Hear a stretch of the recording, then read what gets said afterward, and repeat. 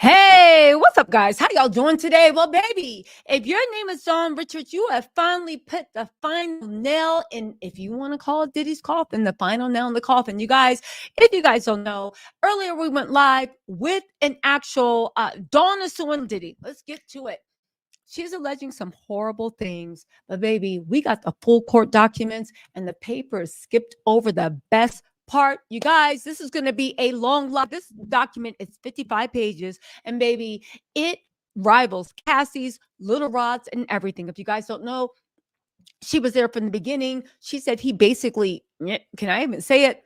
He said he held her hostage and kidnapped her up in New York. Her father had to drive to save her, threaten to call police. Diddy literally got into his mob ball stuff. He saw what he did to Kim Porter, what he did to Cassie. Faces black and blue. The members of Dirty Money, Kalina and Dawn, feared for Cassie's life and said, girl, if you don't leave, you will not live to see tomorrow. Diddy then flipped out on them and said, don't worry about anything that's happening with Cassie. You worry about getting your effing money. Y'all, this live is going to be deep. Let's get into this right now. Woo! Listen, Diddy is 100% going to be picked up. Don't let anybody lie to you and tell you any differently. Y'all, we got the full court documents. It is 55 pages, and we promise the media has skipped over the very, very, very best parts, if you can call it best. I guess the most graphic. They skipped over the most horrific parts. You get the point. You get the point. Anyway, you guys, let's get into this. Where y'all want to start out? Should we just start from the top? Basically, she is so hold on.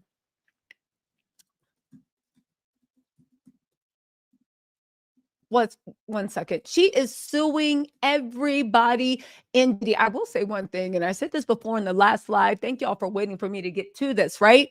I will say this. In this last live, Diddy's team, let me just start off by saying this before we get into the docs. All right, if you're watching this on replay, hit the like button and fast forward. All right, there'll be timestamps in the thing. Here's the thing.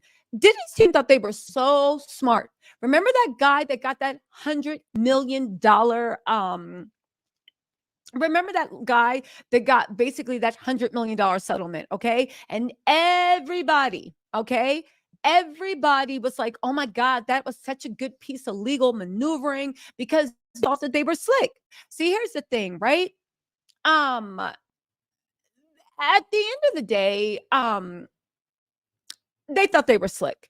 At the end of the day, Diddy's team, it's being suspected, didn't show up for the court case because Diddy thought that if they did, it might go to discovery. Now, just to let you guys know, why did they get that $100 million settlement? He'll probably appeal it, but why did he get it? Well, for one thing, let's be real. He had proof. Now, did he like to say he committed fraud on the court? But did he commit fraud on the prison sentence? Let's also not forget that at the end of the day, Diddy, right? Diddy had, in fact, visited this man in prison and offered him $2.3 million settlement. Now, Diddy said he didn't know a lawsuit was coming. How did you know this man was in prison? Why were you why were you going personally, a mogul? This was before everything fell down, to go visit an inmate that said you raped him during a 1997 party and offer him $2.3 million. Now, I've heard from multiple people that Diddy likes 100% to add settlements, okay? But the thing is, they thought they had won by keeping discovery out of the papers until the indictment comes, and then they can bring up the case later and try to overturn the ruling. No problems, without prejudice. The problem is, people saw that $100 million ruling and said, oh, really? You got money. Dawn Richards got up, said no way, and she filed suit too. Now, I have heard it based on information belief that Dawn is actually going to be one of the witnesses for the prosecution in the federal trial. Okay. Now, I did say a while back that the feds was asking everybody to hold off from filing their lawsuits until the indictment's done. I had heard from multiple sources that they are at the very last level of witnesses, because there's different priority witnesses. There's star witnesses, there's this witnesses, there's peripheral witnesses. They're saying they're at the very last level of witnesses. That indictment is coming around the mountain as we speak. But let's get into these court documents, because baby, you can't make this up. Okay, so where do we start at? Dawn Richards is suing everyone. She is suing. If you guys look right here, let's put this on the Instagram screen. She is suing Sean Combs, Harvey Pierre. Harvey Pierre is also being sued by a R&B starlet. We have already said who we think it is. We will find out in the trial, but we have it upon information, the belief that our guess was 100% right. Remote Productions, New Remote Productions, Nordengler Group, November 15th, LLC, Daddy's House Recording Studio, Bad Boy Entertainment LLC, Bad Boy Records, Bad Boy Entertainment Holdings, Bad Boy Production Holdings, Bad Boy Books Holdings, the Sean Combs Music Incorporated, Sean Combs Capital, Combs Enterprises, Universal Music Group, Interscope, Geffen, and AMM Records, Diego Americas, Supply Incorporated, Ciroc Distilling Company, Ciroc Canning Co., Combs Wine and Spirits LLC. They're suing Janice Combs Publishing, Janice Combs Publishing Holdings, Sony Songs, Sony Music Publishing, Love Records, Epic Records, Doe and Doe Corporations. These are anonymous corporations. She's basically saying, I think I said everything that you own, but you probably have even more secret things. So she's suing his other corporations, which she thinks exist but haven't been named, 1 through 10, and Doe defendants 11 through 20. Okay, here is the statement. Dawn Richards, known professionally as Dawn Angelique Richard, professionally known as Dawn Richard, is an American musician, singer, songwriter, and performer. She gained widespread recognition as a member of the group that was formed by defendant Sean Combs and later transitioned into a key member of Mr. Combs' band. I do want to say this. Remember when Kevin Hart was chilling with Diddy and it was dirty money? And Diddy was like, that's right. It's that time o'clock. Everybody grab a girl. Everybody grab a girl. And I remember when I saw that, it's a YouTube video, I said, that looked like a smorgy about to happen. Yeah, I wonder if Kevin Hart's going to be pulled into this. I wonder if the feds have questioned Kevin Hart, because Kevin Hart, and I'm not saying he was involved in any of the freak offs or anything like that. I am saying that was hard with Diddy for a while, at least professionally. This is one of the reasons how Kevin Hart actually got even more exposure. I'm willing to bet the feds have talked to Kevin Hart. Why he's busy suing Tasha K? Does Kevin want to let us know about what happens in Diddy's house or Daddy's house after the lights go off? I'm just saying. Anyway, they're saying defendant Sean Combs, listen to this shade, a once celebrated hip hop mogul, popularly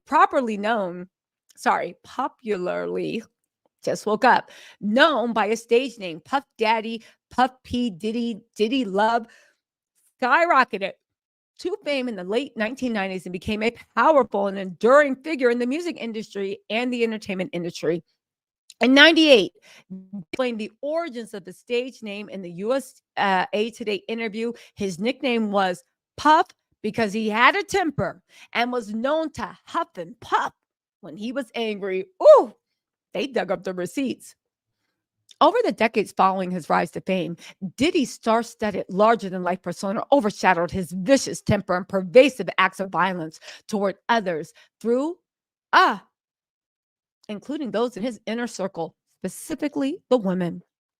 Diddy's namesake temper frequently manifested in physical violence. Diddy regularly hurled objects. You guys, I'm starting off slow. We're going through the whole document. It gets dark, deep, and scary. I read through the whole document. You guys are going to be shocked by the end of this.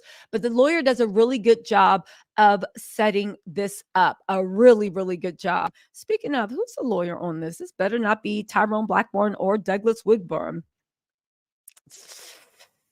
Oh, I don't know about this one. Yeah, this is a different story. Ooh, why Dawn pick this lawyer? Oh no. Wow. Why Dawn pick this? You should have gone with Tyrone Blackburn or Douglas Wood. I'll talk about her lawyer in the end. Let's just get through this. But I think I fear she picked the wrong lawyer. Yo, this might be a setup. This might be a setup. I'm gonna have to talk about this. Let me just make a note. This might be a setup for Dawn. Ooh, she picked the wrong lawyer. Wow.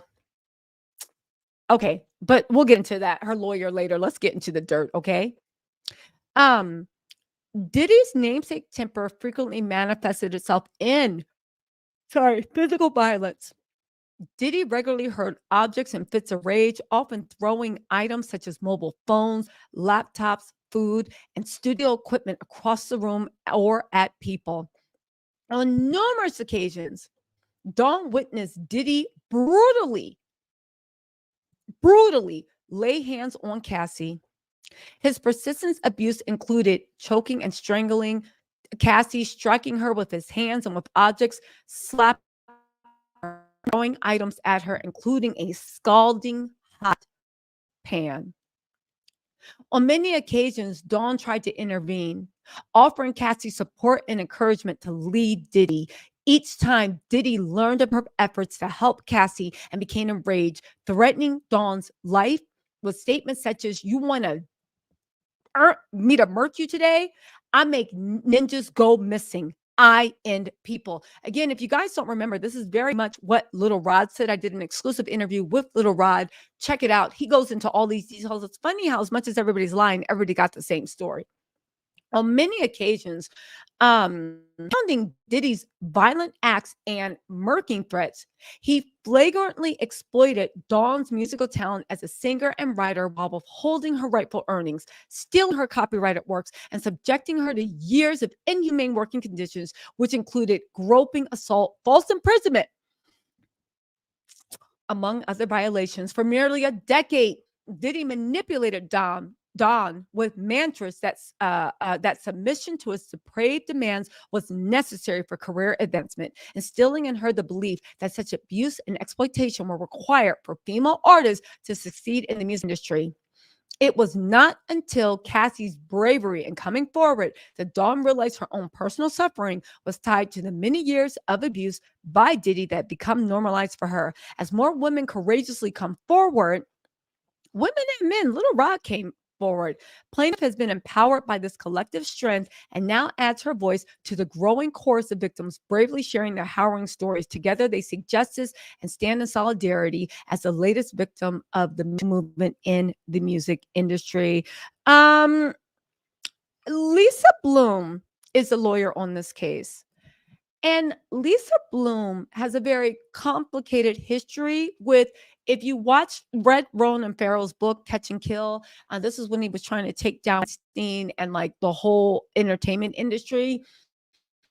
He wrote of was basically acted as a double agent, literally finding people that had legitimate claims and doing things that some people from the outside considered sabotaging their own cases. I know uh, uh, I know that Dawn probably went with Lisa Bloom because she has a high profile, but Lisa Bloom represented Nene against Bravo. And Nene's case, and she had a strong one, crumbled. Bloom represented a lot of the Weinstein victims. Also, people that had claims for NBC Universal and all these people covering up for Weinstein. And they had good claims. All those claims crumbled. Lisa Bloom, whose mother is a very high-profile lawyer, I want to say it's Gloria Allred, maybe. Their mother's a huge lawyer. Whenever she gets to the case, right? Somehow, people that have very good claims go up against these corporate giants or these mammoths. Their cases crumble. They do things against their interests. All this weird stuff happens. The case doesn't go away, but Lisa Bloom gets paid. I don't think this was the right choice for lawyer. Again, Nene just got off the blacklist, and she had a bigger case against Bravo than anyone. Say what y'all want. And if you read Catch and Kill, what she did to Ronan Farrow when she acted like she was working with them and helping represent people and all this other stuff in the Me Too movement, and basically she was not working, seemed like she was, let me shut up. I don't feel like getting sued, but I fear for Dawn Richards. She has a very strong case. My opinion, I don't think Lisa Bloom should be allowed to practice law. What she does to her clients and the way it always looks like there's something else going on that benefits her, but not her clients. I'm really worried about this one, but let's keep going into it. I'll do a different video about Lisa Bloom and her antics. All right. But let me just say this, right? Remember when Lisa Bloom represented Black China and Black China lost her ability to receive any child support from Rob Kardashian? Like, you literally had a millionaire whose last name was Kardashian, and they got out of having to pay any child support whatsoever. Lisa Bloom was representing her. Again, y'all might be like, Black China ain't deserve nothing. Nene's an idiot. But from a legal standpoint, the legal people were sitting there going, how is this travesty happening? Again, I don't know. Lisa Bloom smells like the ops to me. And again, she goes after high profile people. Okay. But anyway, let's keep going into this, right? Let's see. Let's keep going into this. Okay.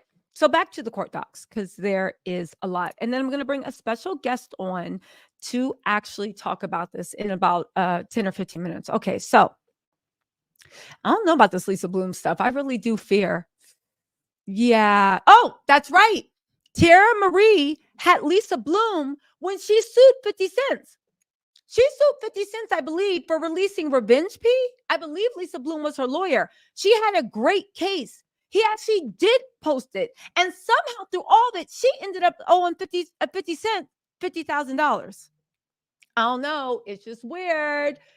Listen, if people that follow legal know, Lisa Bloom ain't the move. And Dawn Richard has a strong case. I fear that they might have got to him. And Diddy's lawyers, I don't know. Anyway, let's get into this. So we had the parties. They're suing everyone, all Justin and Janice's Combs stuff. Let's get into the factual allegations, shall we? Hold on one second, really quick. Let's get into the factual allegations. I'm just waiting. I'm going to drop a link for my special guest to come up. We'll just do that and invite them on. I don't want to say whether it's a girl or a guy, but let's invite them on. It's a girl. She was there to corroborate a lot of this stuff. Yo, I'm really actually worried about all this mess. It's crazy to me that Lisa Bloom is the one doing these court docs. You guys, if you're watching this on playback, there will be timestamps that you can actually scroll through. But this is a lot. This is a lot. This is a lot. All right, y'all. Let's get back into this. All right. So here's the factual allegations. On or around 2004, Dawn was selected to participate in season 3 of MTV Network's reality television show, The Making of the Band. The show centered around the formation and development of new musical groups under the mentorship of Diddy. The contestants would compete and be chosen by Diddy to form a band, which would go to create albums and perform. For aspiring artists like Dawn, The Making of the Band represented a concrete path to a career in the entertainment industry. Dawn appeared in season 3 and 4 of Making of the Band, which first aired in 2005, and season 5 of Making of the Band, which aired in 2009. Why is that important? The federal investigation is now going all the way back to 2008. People are saying Dawn is one of the witnesses. Listen, there's several iterations, each featuring a different musical group. The stars of season 3 and season 4 were Aubrey O'Day, Juanita D. Woods, Woget, Shannon Bex, Andrea Fimbribs, and of course, Dawn Richard, known as the all-female group Danity Kane. Season 5 of Making of the Band featured Diddy, Dirty Money. It was a trio consisting of Diddy, Kalina Harper, and of course, Dawn. Out of the thousands of contestants, Dawn, along with approximately 12 other women, were selected to participate in season 3. In season 3, hold on, y'all.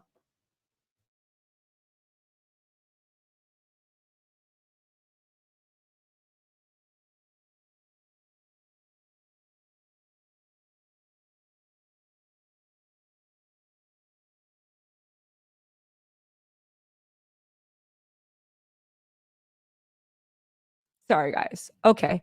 So prior to and including the first Danity Kane album, making the film entirely at Daddy's House Recording Studio at 3120 West 44th Street in New York. The making of the band content was focused on Danity Kane's work in its second album, Welcome to the Dollhouse, and was filmed at Daddy's house at Mr. Combs' Miami residence. Other making of the band episodes included Los Angeles as a third filming thing. All right. Anyway, they said upon belief, camera crews filmed 24 hours a day, gathering months worth of footage to condense into mere hours of entertainment for viewers. Danity Kane, of course, released her album in 2008. Their first album sold over 4 million. That was big back then. Damages to Dawn for unpaid salaries were estimated at over, oh my God, at over $1 million. Danity Kane's second album, Welcome to the Dollhouse, sold over 2 million copies. Damages to Dawn for unpaid salaries and royalties are estimated at $500,000. Damages for unpaid wages for touring over 100 dates for Dawn and Danity Kane are estimated to be 1.8 million. So right now, I bet you Dawn is for north of 10 or 15 million total. If they actually entered into settlement negotiations, she wants probably somewhere between 10 and 20 million. Diddy fired bandmate Aubrey O'Day and D. Woods from Danity Kane on live television at the height of its fame in 2008, which resulted in Danity Kane being disbanded in 2009. Now, interestingly enough, again, the lawsuit goes back to 2008. I do remember from, if you read all those blogs, Danity Kane, Cassie was supposed to join, or he threatened to say Cassie was going to join Danity Kane. I don't think he was serious about it. Now, let's get into the dirt. Dom Richard encounters Diddy's aggressive, intimidating behavior and animus toward women. Okay. During the auditions and on the set of making of the band, Diddy projected an aura of superiority, wealth, and power.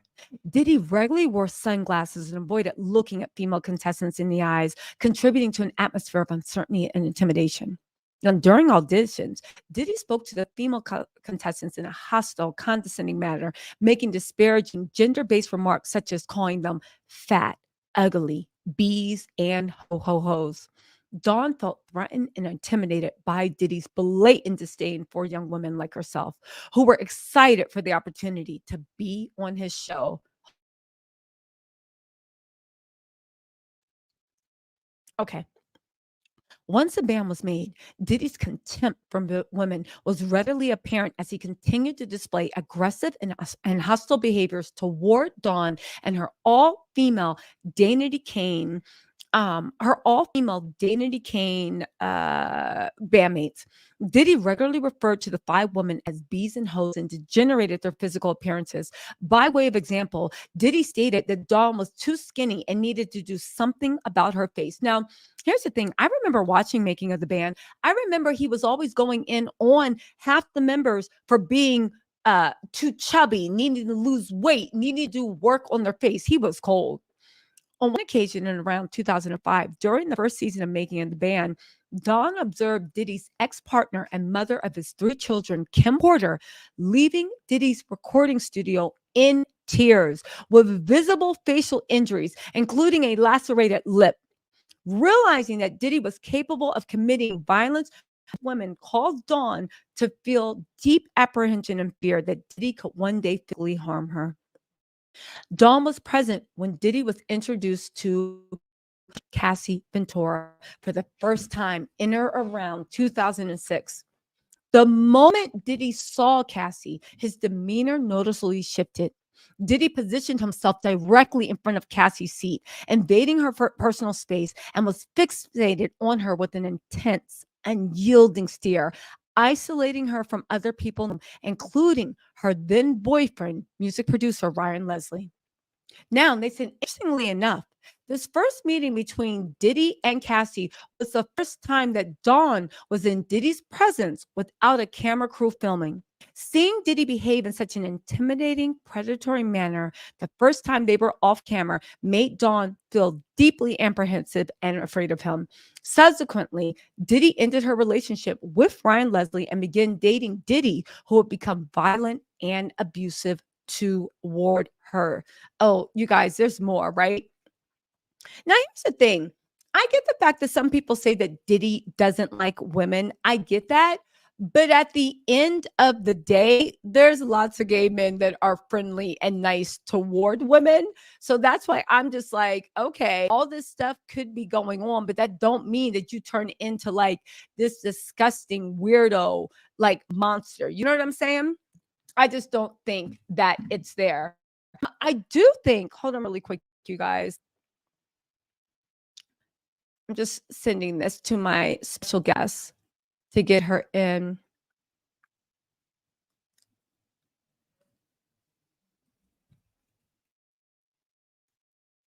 Let's see.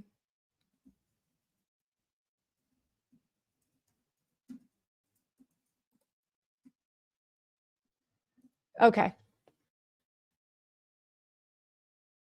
She'll be here in a second. One second. How y'all feeling today? One more second.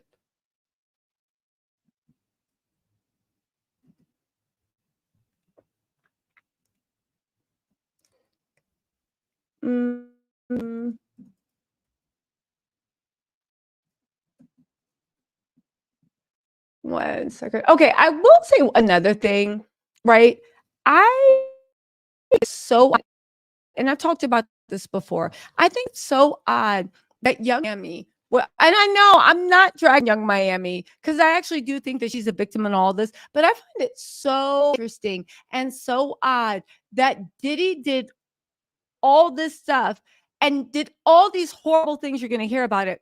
And Young Miami is saying he made her, she could rest in her femininity and all this other stuff. I thought that was weird. What's up, Paul? Paul Harrison said, hey, Tisa, you're right. The feds are a machine, the real terminators. They are gathering every inch of info on Diddy. And when they lay down the hammer, it's on. Yes, RIP to Frankie Beverly. He has passed away. Paul Harrison, thank you so much. Okay, now get this. He said, sexual harassment, inhumane treatment, and denial of basic needs. For the majority of Dawn Richards' tenure as a member of Danity Kane, Diddy required her to remain at his various residences and studios in New York, Los Angeles, Florida, and New Jersey for activities such as recording, rehearsing, dressing, preparing costumes, and exercising.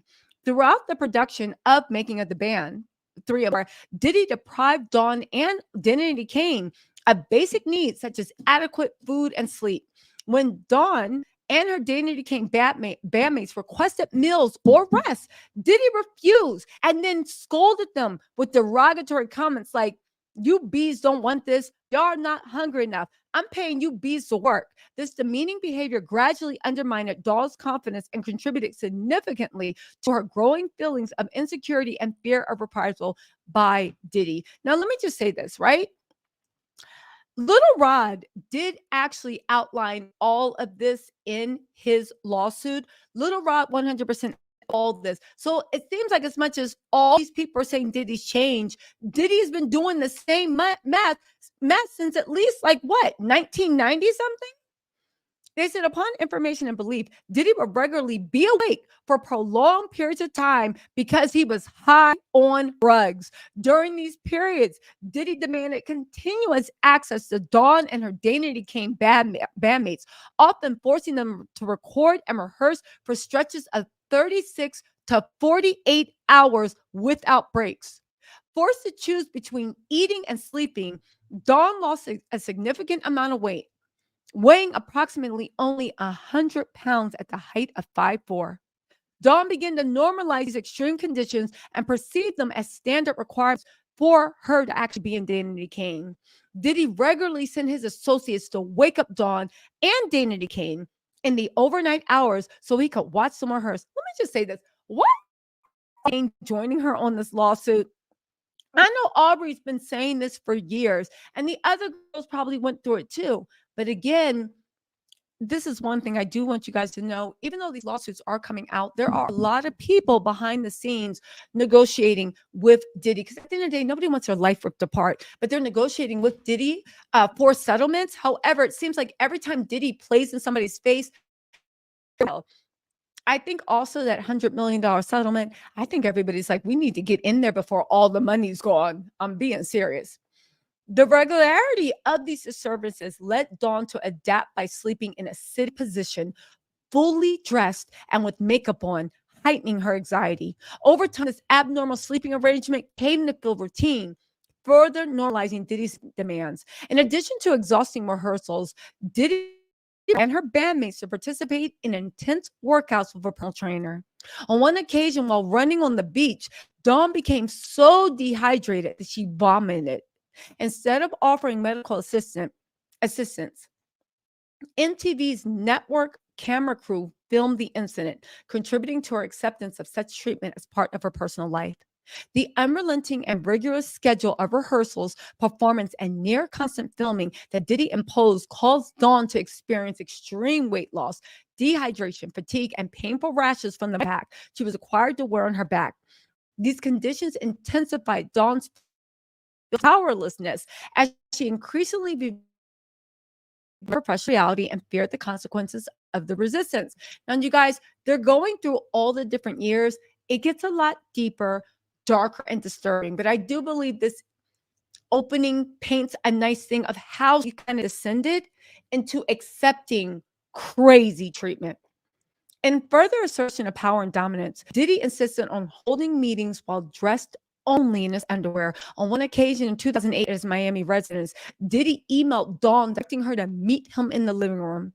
When she arrived, he was wearing only his underwear. Ugh, God. Dawn asked Diddy to put clothes on, but he refused, stating, "This is my effing house." Diddy then conducted a meeting lasting approximately an hour while dressed in his underwear, causing Dawn to feel violated and embarrassed and amplifying her feelings of powerlessness. Again, this is how people groom you. Go down that path. Hold on one more second, y'all. I'm communicating with the special guest, if you want to call it that. 1 second. Following the official Danity Kane breakup in early 2009, which was caused by Diddy, Dawn experienced significant financial hardship. With no prospective opportunities for employment within the entertainment field, Dawn spent several months traveling from Baltimore to Daddy House Recording Studio in New York without pay or allocated budget. Diddy promised Dawn compensation would result in payment of licensing fees and royalties, right? Hold on.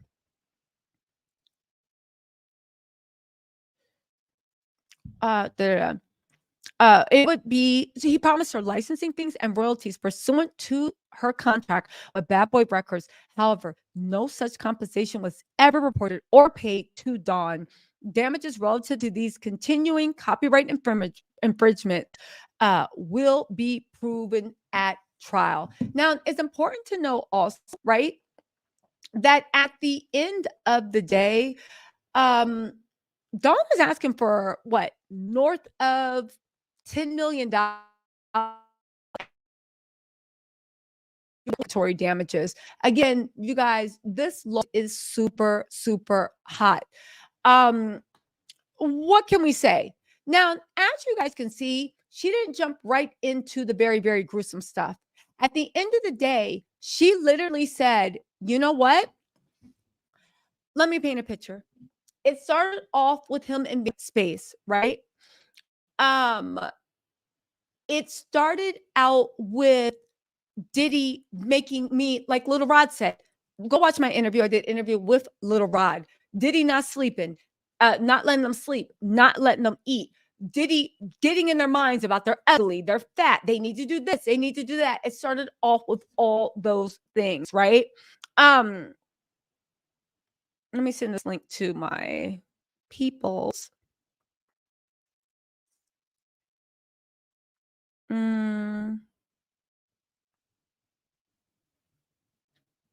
Okay, so it started off with all that. Now, I do want to say that hold on. It one second, you guys. Okay. Now, I do want to say that again, it started off, and not even that, he demeaned them in a group. Diddy always demeaned everybody in a group. Okay. And I think he did that on purpose because you think about it. If somebody's acting crazy just towards you, you're upgrading or whatever, but we are social beings. So if everybody else is accepting treatment, then most likely you don't want to go against the flow because everybody else is acting like it's completely normal. Okay. Now, they said she experienced Diddy's gender-based physical violence, criminal acts, sexual assault, threats, and intimidation. We're going to the next part. By approximately the fall of 2009, many of Diddy's compositions have been recorded by other Bad Boy Records artists. Due to the success of her compositions, Dawn Richard was invited to meet with musical artist Kalina Harper, and shortly thereafter, Diddy, Dawn, and Kalina, right, formed a new group, Diddy Dirty Money. Initially recording for Diddy Dirty Money album, Last Train to Paris, took place in Diddy's home in Danity Drive in Los Angeles, California. On the first day of recording, Dawn and Kalina arrived at Diddy's home and waited in the kitchen where Cassie was frying eggs for him. Dawn observed Diddy. Pay attention. Dawn saw Diddy come down the stairs looking like he was high on rugs. He entered the kitchen. He approached Cassie and he screamed, "I've been asking you for my ish. Okay? I can't stand you, B. You never do it right." Diddy pushed Cassie against the wall and then started to choke her. He then picked up a scalding hot pan of eggs and threw it at her, causing her to fall to the ground in a position. Cursing and screaming, Diddy dragged her. Cursing and screaming, he dragged Cassie. Hold on, y'all. Hold on. Let's get this going. Sorry. Cursing and screaming, he actually dragged Cassie up the stairs. I know. Let me turn this off for 1 second. I'm just going to stop my cam for 1 second when we get to this lawsuit, right? All right. Let me read this part again. Y'all said audio was going in and out by like a robot. Let's get to the audio again. All right. They said Diddy up. So, okay, let's do that. So Dawn and Kalina arrived at Diddy's house because they were recording Last Train to Paris. So they arrived. When they got there, Diddy wasn't downstairs. So they went in the kitchen and they saw Cassie cooking eggs. They were talking to Cassie. They said all of a sudden, Diddy came down the stairs looking like he was high on rugs. He entered the kitchen. He approached Cassie and he screamed, "I've been asking you for my ish. I can't stand you, B. You never do it right." Diddy pushed Cassie against the wall and he began to actually roke her. Can we say that? Chuaka her? He began to choke, right? He then picked up a scalding hot pan of eggs. And let me just tell y'all something. Diddy, when he said a scalding hot pan of eggs, that means that he was frying eggs. You got to fry eggs either in butter, some grease, or some oil. That means he took a scalding hot pan full of eggs and oil. And after he yelled at her, "I can't stand you, B. You never do it right," he pushed her up against the wall and he threw the pan of scalding hot eggs on her. They said that it caused Cassie to fall to the ground in a fetal position. Now, why is that little bit so interesting to me?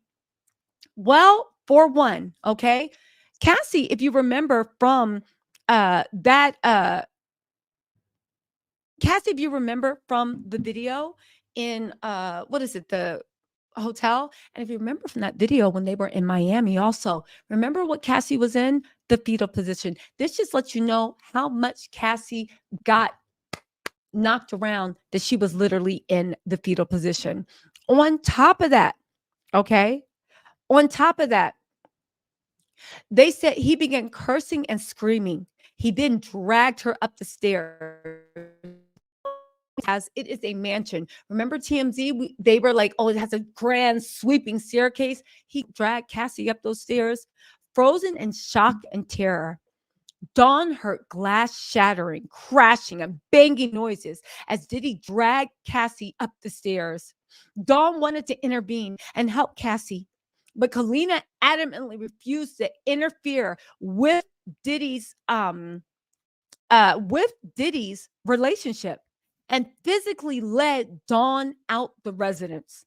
So she's saying Kalina was like, no, stop, don't get involved in this relationship. Terrified and shaken, Dawn returned to her sleep due to worrying about Cassie and her own safety. That following day, she received a call demanding she return to Diddy's residence to continue recording. Diddy brought Dawn and Kalina into the recording room at his studio, locked the door, dimmed the lights, and gave each of them flowers. Diddy went on at length, stating, "This is normal. This is just a lover's argument where no one was hurt. This is what love is. I'm giving you an opportunity. If you want to make it, you'll shut your mouth. If you say anything, there will be consequences." Diddy further warned that, people end up missing. Dawn was terrified, being threatened for 20 minutes in a small enclosed space after seeing Diddy violently assault Cassie the day before. She genuinely believed through the terror that Diddy would follow through. What type of psycho do you have to be that you literally brutalize Cassie in front of them, drag her up the stairs? You hear glass, you hear shattering, you hear all this stuff. The next day, he demands you come back. He locks you in a room, gives you flowers, turns the lights down, and then starts to tell you this is normal. This was just a lover's argument where no one was hurt. This is what love is. I'm giving you an opportunity. If you want to make your mouth, if you say anything, there'll be consequences. People end up missing. Diddy is psychotic. But if you remember back to the Rolling Stones article about Diddy growing up, you'll remember that he stood outside his college roommate's girlfriend's dorm and screamed and yelled until she came out, and then publicly in front of her dorm with all her friends and beat that woman with a belt. Diddy loves to publicly, if these rumors can be true, believed to be true, I'm sure Diddy will say it's all nothing, humiliate, embarrass, he's disgusting. They said in or around 2009, after the Soul Train Awards in Atlanta, Georgia, Diddy and Kalina to his house in New York on his private jet for an after party. Do you think this is the Kevin Hart stuff? Remember when Kevin Hart was interviewing Diddy and he was walking around looking like he was like, my wee heart, like, ew, just acting disgusting and weird. Yeah, and there was like a toy, a Schmeck's toy on Diddy's bed, and it was with dirty money, and they were dancing around, and Diddy was like, yo, turn the lights off. Let's get this party popping. They said in or around November 29, after the Soul Train Awards in Atlanta, Georgia, he flew them on a private jet. There are many well-known celebrities at the after party, and copious amounts of illegal drugs were being openly consumed. Upon information and belief, Diddy had arranged for dozens of young women and girls. This is young women and girls, some who appeared to be underage, to be transported to the party. The women arrived wearing little or no clothing and were given drugs and alcohol. Many of them appeared lethargic or passed out, while Diddy and his guests performed sexual acts on them. The party was a test to see whether Diddy could trust her. Let's not forget, in the interview I did with Little Rod, he said Diddy did the same mess to him. Everybody can't be lying. Diddy repeatedly said things like, this is a buffet. Enjoy yourselves. This is what we do. This is how we party. Dawn felt shocked and horrified at the sight of Diddy and his guests violating incapacitated young women and implored Diddy's personal assistant, Capricorn Clark, to allow her to leave. Capricorn Clark insisted that Dawn wait 15 minutes for Capricorn to make it make sense. That is to make Dawn's exit less conspicuous so that Diddy would not notice that she had left. Knowing that she was not free to leave and had to wait for Capricorn to help her orchestrate her departure, Dawn experienced feelings of panic and being trapped against her will. If you guys don't know, Capricorn Clark actually ended up leaving Diddy. We'll get into the lawsuit. I'll talk about the Capricorn Clark stuff later, but it's interesting she's bringing up Capricorn Clark. Capricorn Clark has been through things and actually seen things. And many people say that she also met a horrible fate with Diddy.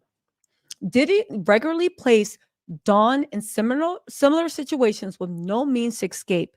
Diddy's drug-fueled parties, his guests, including Dawn, were required to surrender their phones upon entry. Let's not forget there's a video of Diddy making everybody give up their phones, even his own family, to get on his yacht, the rented yacht. Diddy kept the doors locked and guarded by security personnel, making it impossible for Dawn to leave without alerting Diddy that she had done so. Diddy hired police officers to attend his parties, sending a clear message to guests that his influence extended to law enforcement officers, creating a climate of fear and tacit warning that reporting him to authorities would be both unacceptable and futile. Diddy had police at his parties. For everybody's thinking, why didn't Little Rod or Cassie or all these people? How could somebody get? Diddy had the police at his parties.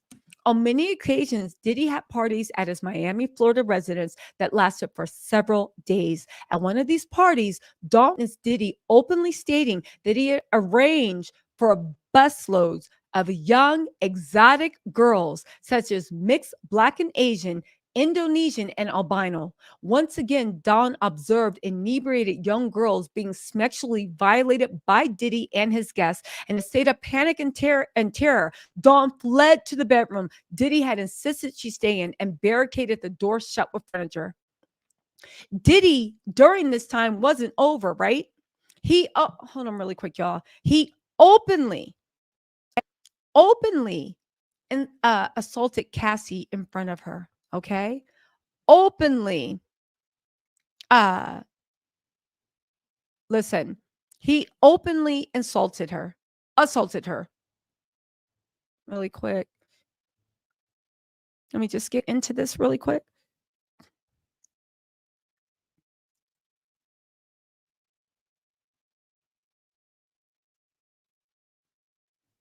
Okay. So he openly assaulted Cassie in front of her. Y'all, can you imagine the fact that you even got police officers witness all this stuff and they don't care? This is where Diddy's power came from. This is definitely where Diddy's power came from.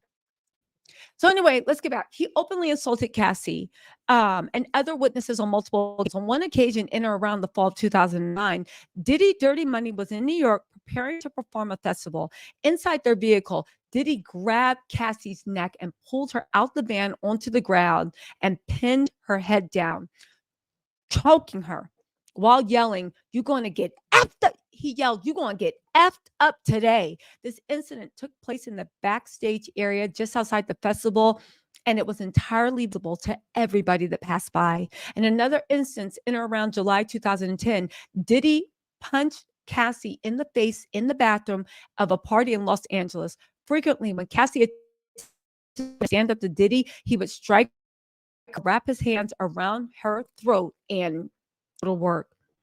On the first several occasions they observed Diddy Cassie, Dawn and Kalina spoke to Cassie to support and encourage Cassie to escape her abusive relationship with Diddy. Every time that Dawn and Kalina tried to intervene, Diddy learned of the conversation and became irate. Diddy screamed at the women, "Y'all bees don't my relationship. Don't tell my B what she need to be doing. Just make money and shut the F up. I end artists. I shelve careers. You could be missing, and you bees want to die today," among the many other threats. Get this. She's saying that Interscope Records enabled Diddy's gender-motivated violence. They said in or around 2009 or early 2010, Bad Boy Entertainment entered an agreement with Interscope. Upon information and belief, $50 million in exchange for Bad Boy's future releases being distributed through Interscope. In doing so, Diddy intended to capitalize on Interscope's significant resources and enhance the promotion and sales of Bad Boy releases, including Diddy Dirty Money's upcoming album. In the weeks and months leading up to the Bad Boy Interscope deal, Diddy had frequent meetings with producer and then CEO of Interscope Records, Jimmy Iovine, whatever. On one such occasion, Diddy hosted a dinner at West Hollywood, California restaurant where Dawn and Miss Harper were required to attend. Among the guests at the dinner were celebrities like Neo, Usher, as well as Jimmy Iovine. At the dinner, Diddy and Cassie had an argument. In front of the guests, which included Neo and Usher, as well as the head of Interscope, Diddy hissed at Cassie in a screaming whisper and forcefully punched her in the stomach, causing her to double over in visible pain, crying. Capricorn escorted Cassie out the restaurant, and Diddy remained and continued to socialize with dinner guests. At this point, Interscope Records clearly had actual knowledge that Diddy was dangerous around females and that Diddy was willing to brazenly batter a female in public.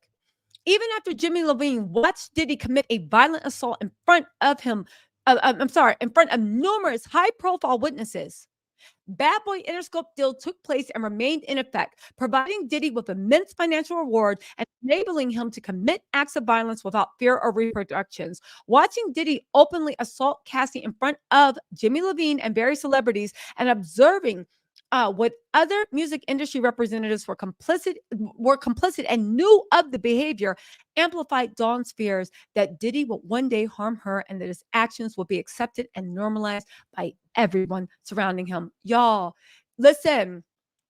What is Iovine? Okay, Iovine. Okay, thank y'all. It's Iovine. Sorry, y'all. It was, listen, Iovine, Iovine. Let's call him Jimmy, the head of Iovine, the head of Deathscope, Interscope, that literally watched a woman get punched in the gut, bend over crying, escorted out, and then sat there and laughed and still. Usher and Neo did it too. So while we're worried about, and thank y'all for the correct pronunciation of this monster's name, baby, no. Now, what again? Listen, y'all worry about the wrong things. I get it. Thank y'all for telling me. But can we focus? I don't understand how I'm reading these atrocities and some of y'all are glitching like it's Iovine. Like, who cares? Jimmy from Def Jam. Y'all know who the F we talking about. Can we focus, people? God, I just listen. Again, he is the head of whatever.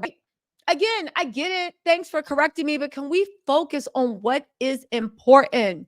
Can we focus on what is important? Okay. We're about to bring up actually Tiffany Red in a second too. She's going to corroborate, talk, comment, and say all this stuff. Not listen. All right, you guys, let's keep going. I get it. Thank you. It's Jimmy Iovine. How'd y'all say his last name? He's the head of Def Jam Interscope Records. Is that better for y'all? The fact that y'all are so worried about the correct pronunciation of a monster's name, why would y'all even give this man that much respect? I'm being serious. Plus the fact I mispronounce everybody's name, but who cares? As part of the agreement between Bad Boy and Interscope, Interscope heavily promoted Dirty Money's Last Train to Paris album. Mr. Iovine, y'all happy? Y'all happy? Mr. Iovine, right? Mr. Iovine was presented Diddy with a demo of Coming Home for him to produce, a song that would become a multi-platinum hit. Jimmy was encouraging Diddy to develop a new sound for the album, into which Interscope was investing significant resources. Dawn, Kalina, and Cassie all provided vocal performances for this project. Released in 2010, the album Last Train to Paris became Diddy Dirty Money's most commercially successful project, providing vast financial rewards for both Interscope and Diddy. Okay? For Interscope and Diddy. We'll wait for when Tiffany's ready to come up. Hold on. Tiff, text me when you're ready to come up. Okay, so they also said that, oh, get this. Diddy subjected Dawn to labor trafficking and oppressive working conditions in and around the fall too. I still can't, sorry, I gotta pause. I still can't believe that Neo and Usher sat there and watched Cassie get assaulted and didn't say anything. And when Cassie finally came out and sued Diddy, they were all silent too. And when the video Cassie getting assaulted, they were also silent. This is what I mean about, we need to start like following like people on their principles and what they stand for instead of like the bops they gave us. The fact that these mofos knew, like literally Diddy, like Neo trying to like start like a polygamy pack, whatever he's doing. Usher is busy visiting Russell Simmons, but now it makes him visiting Russell Simmons look mad suspect because, yeah, are y'all all aligning like Voltron? You know what I'm saying? Mm-hmm. Are y'all all aligning like Voltron? Let's bring Tiffany up on stage. Hey, girl, how are you? You guys, if you don't know who Tiffany Red is one of Cassie's friends. They are, of course, very, very close, very tight. Let me just get this going. Very close, very tight. She was there to witness a lot of stuff. Again, Tiffany, now that I have you there, on top of that, Tiffany actually witnessed Diddy doing so many things. She was actually there. I do want to ask you if you heard the last part about Cassie being assaulted at a dinner party. Does that shock you that there were so many industry insiders that were right there, that saw it, didn't say anything? And then when the video came out and Cassie's lawsuit came out, they were both sitting quietly. Because here's the thing. My dad always told me that when you choose to, you can't stay neutral, because when you stay neutral, whoever has the field is who you're supporting. So before the video came out, a lot of people in the industry were calling Cassie everything but a child of God. By staying quiet, you were basically helping Diddy and this narrative he was trying to push that a lot of people were believing.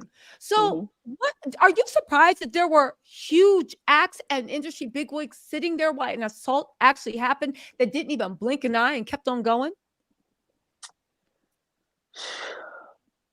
Like, yes and no. Like, no, because I know of like other incidents like that.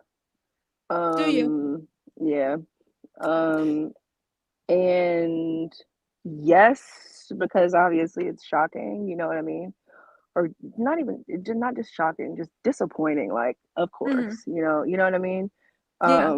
But I'm not surprised. No, Not surprised at all. Let's get no. back into this lawsuit. If you guys don't know, Tiffany Red has joined us.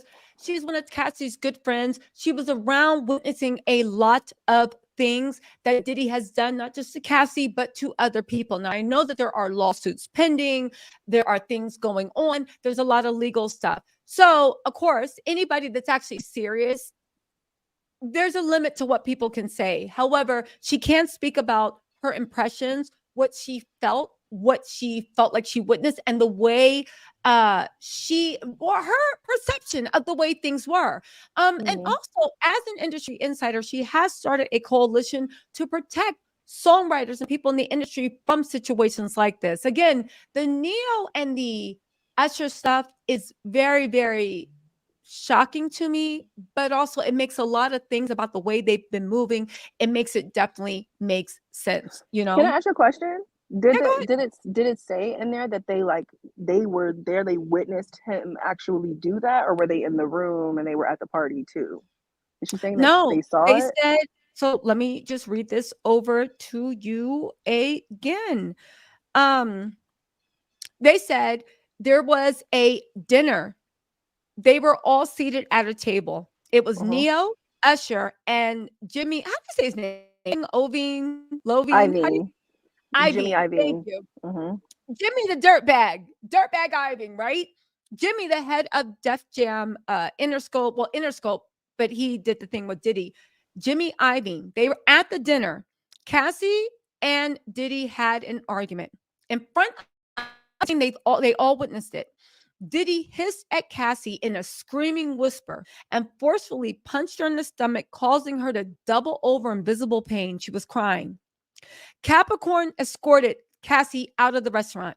Diddy remained and continued to socialize with the dinner guests. At this point, Interscope Records clearly had actual knowledge that Diddy was dangerous around women, and that Diddy was willingly to brazenly batter a female in public. So the attorney is actually saying that they witnessed it. And again, in a restaurant, when was this? What year? This was in 2000, in or around 2009, early 2010. This is right after they assigned. Yeah. So they knew. The reason why I'm saying this is because when I first started working with Cass, she was signed to Interscope and Bad Boy. Ooh, okay. Yeah, so that just makes me think, if that happened in front of them, if that's, true, if that happened in front of him, then why let him do a label venture there? Well, she goes on to say there's more in that. They said even after Jimmy watched Diddy commit a violent assault in front of numerous high-profile witnesses, the Bad Boy Interscope deal took place. So the deal hadn't been inked yet. So they knew. Yeah. And it remained in effect, providing Diddy with immense financial rewards and enabling him to commit further acts of violence without fear or repercussion.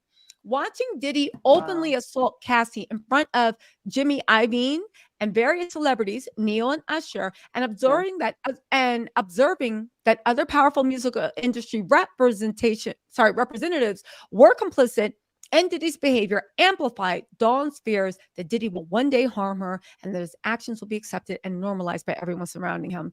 They said as part of the agreement. Yeah. Listen, as part of the agreement between Bad Boy and Interscope, Interscope heavily promoted Diddy's Dirty Money Last Train to Paris. Jimmy Iovine had presented Diddy with a demo of Coming Home for him to produce, a song that will become a multi-platinum hit. They're saying Dawn, Kalina, and Cassie all provided vocal performances for this project. Released in November 2010, the album Last Train to Paris became Diddy Dirty Money's most commercially successful and viable thing. Now, the funny thing is, and it's not funny, but when I say funny, I mean like, not funny, haha, but funny, like, yeah, interesting. Interesting. Yeah. As much as Tiffany and everybody else was around Cassie and thought they knew Cassie and thought they knew what was going on and thought this and that, isn't it so odd that even people that were around her that knew of some of the abuse didn't know everything? That's how much he treated this woman as his rag doll. That you're literally like, oh, wait, that happened? Really? It was so much that she probably just stopped telling people. One, who's going to help you? Because Diddy had police at his parties seeing what was going on. Two, and listen to what he said to Dawn for trying to help her. This is true. If you guys remember from the interview we did with Tiffany, Tiffany said that Diddy was not above saying things to people, doing things to people, and making it seem like if you open your mouth, you're going to be the odd one out. You're going to be blacklisted at best. You might actually get hurt and show up missing. You know, you might actually get hurt and show up missing. Okay, so they said he subjected her to labor trafficking and oppressive working conditions. They began recording the song Love Comes Down. Diddy continued to cause them to remain awake for prolonged periods of time. When he was awake, he would demand that Dawn and Kalina record in the studio, where they would spend 3 to 4 consecutive days recording without a breaking or eating or sleeping. If you guys saw, I did an interview with Little Rod. He confirmed not only were you not allowed to eat in the studio, Diddy didn't want to see you eating ever. You had to go hide and find a way to hide and eat food, because if he smelled it, you would be on the outs, you would be kicked out. The only thing you were allowed to consume was, I think he said, hookah and alcohol, and of course, copious amounts of party recreational stuff. However, as a really insane part, Diddy would actually go out and have his people bring him in platters of steak and fruits and this and that, like it was coming to America, and sit there and eat it in front of them and be like, show me what you did. Let me hear your thing. Why they were starving for days on end without any food. If chefs actually gave them food, chefs would be in trouble. No one was allowed to eat except for Diddy. So, they said when he was awake, he would demand that Dawn and Kalina record in the studio. Again, they would spend 3 or 4 days recording without a break to eat or sleep. Again, when she started losing weight, I can see how she probably thought that was a good thing. Because I do remember making in the band when he was always calling them fat, saying they need to lose weight, doing this, doing that. Let's see. He required Dawn and Kalina remain at his home continuously, denying the opportunity to return to their hotel rooms for breaks. Again, in the interview I did with Little Rod, he said that that's the way he treated everyone. But the weird thing is, he made people stay there, didn't let you leave, wouldn't let you have visitors. The oddest thing I thought that showed just how cruel he was. Look, Young Miami spent New Year's, Thanksgiving, and Christmas with him.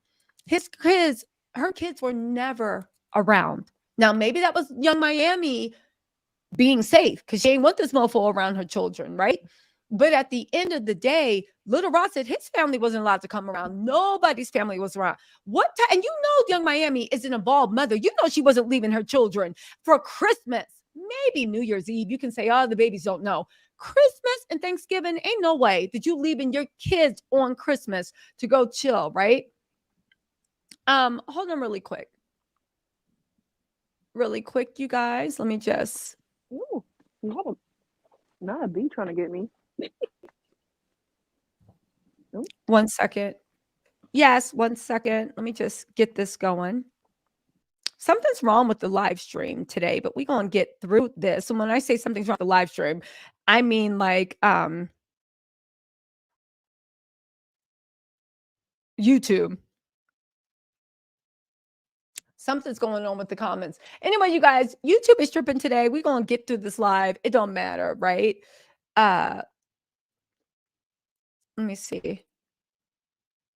The comments are glitching. Hold on really quick. They're trying to shut the live down. Let me get into my conspiracy theory bag. But let's get into the type of working conditions that they had because, oof, it is just horrible. Okay. So they're in the studio. They're not allowed to eat, drink, do anything. They had to do every single thing that Diddy says. He would not allow them to leave. He made them go. It sounded like freak offs.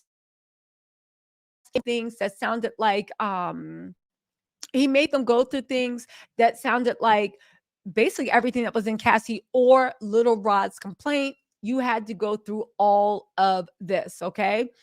On top of that, right? When it came to their working conditions, things actually got worse. They did try to save Cassie numerous times. They could not. Okay. Now, he required them to stay at their house all the time. They could not return to their hotel rooms for breaks. The degree of control that Diddy exercised over, Dawn's daily life and basic needs was made worse by the significant power imbalance and threatening atmosphere that ensured that Dawn's compliant with his demands.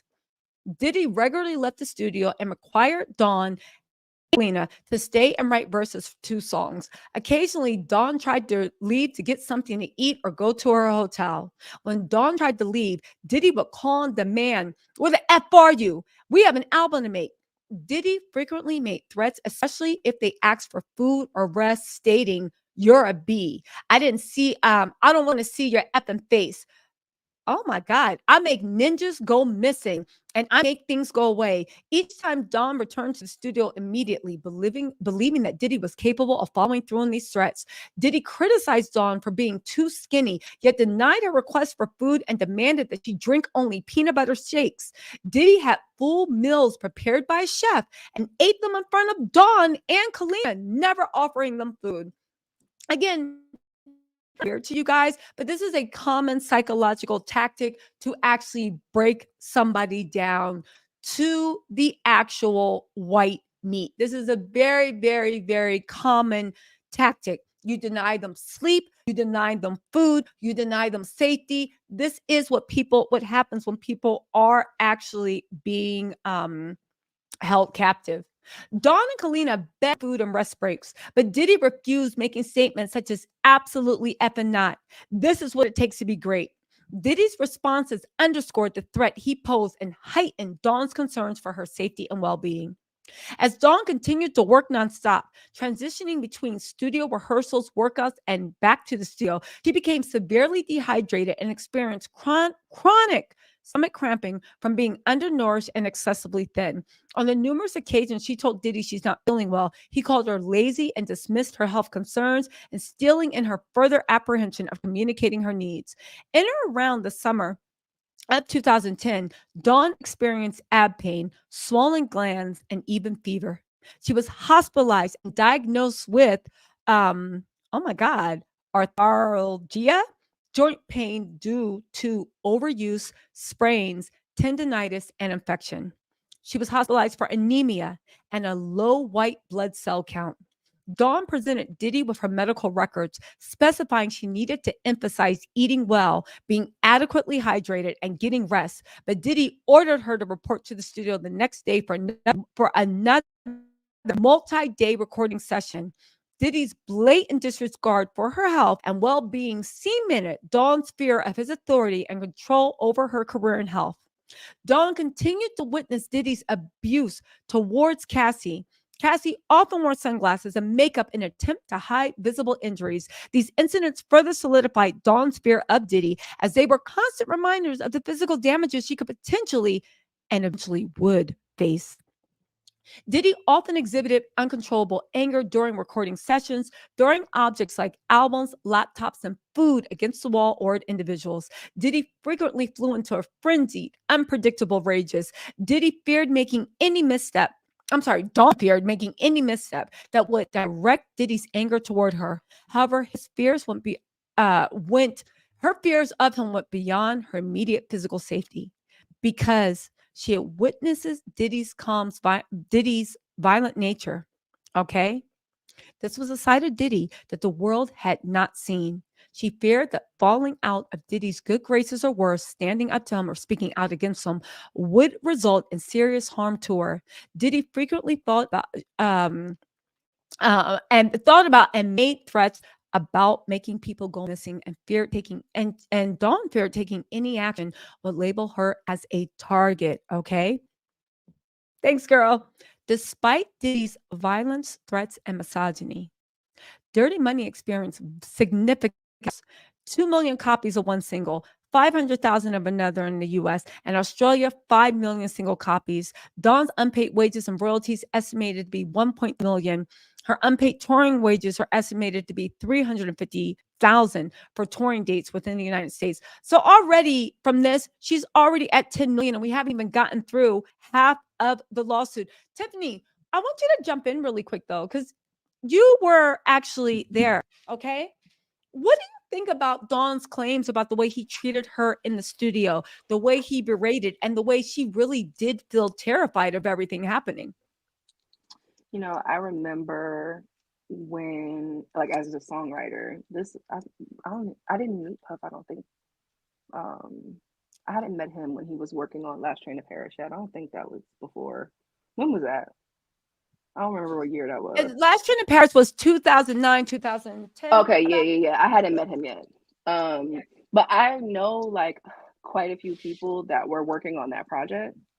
Okay. And I remember hearing the stories about like what she's saying about like, you know, not being able to get any sleep, being locked in the studio for days, like all of that. Same thing like with Lil Ryder saying, like, I heard about that. I heard that from like some writers and producers that were working on that on Last Train to Paris when it was happening. So I mean, yeah, I mean I've you know, like I don't know. To me, it all tracks. Like I remember, you know, seeing Puff in the studio, and you know, being mean to people, being mean to his like engineer, yelling at people and stuff like that. And so, I mean, to me, literally none of this surprises me. None of it. It just makes me sad that like it's been going on this long. This is the part that really pisses me off because like. because it just is like there's so many people who were harmed because of all of this. And like, you know, people love to say to people like me or to anybody else that has come forward, like, why now, right? Mm. And why didn't you do anything back then? And clearly Dawn is saying, I tried to do something and he threatened me. There's so many people that tried, right?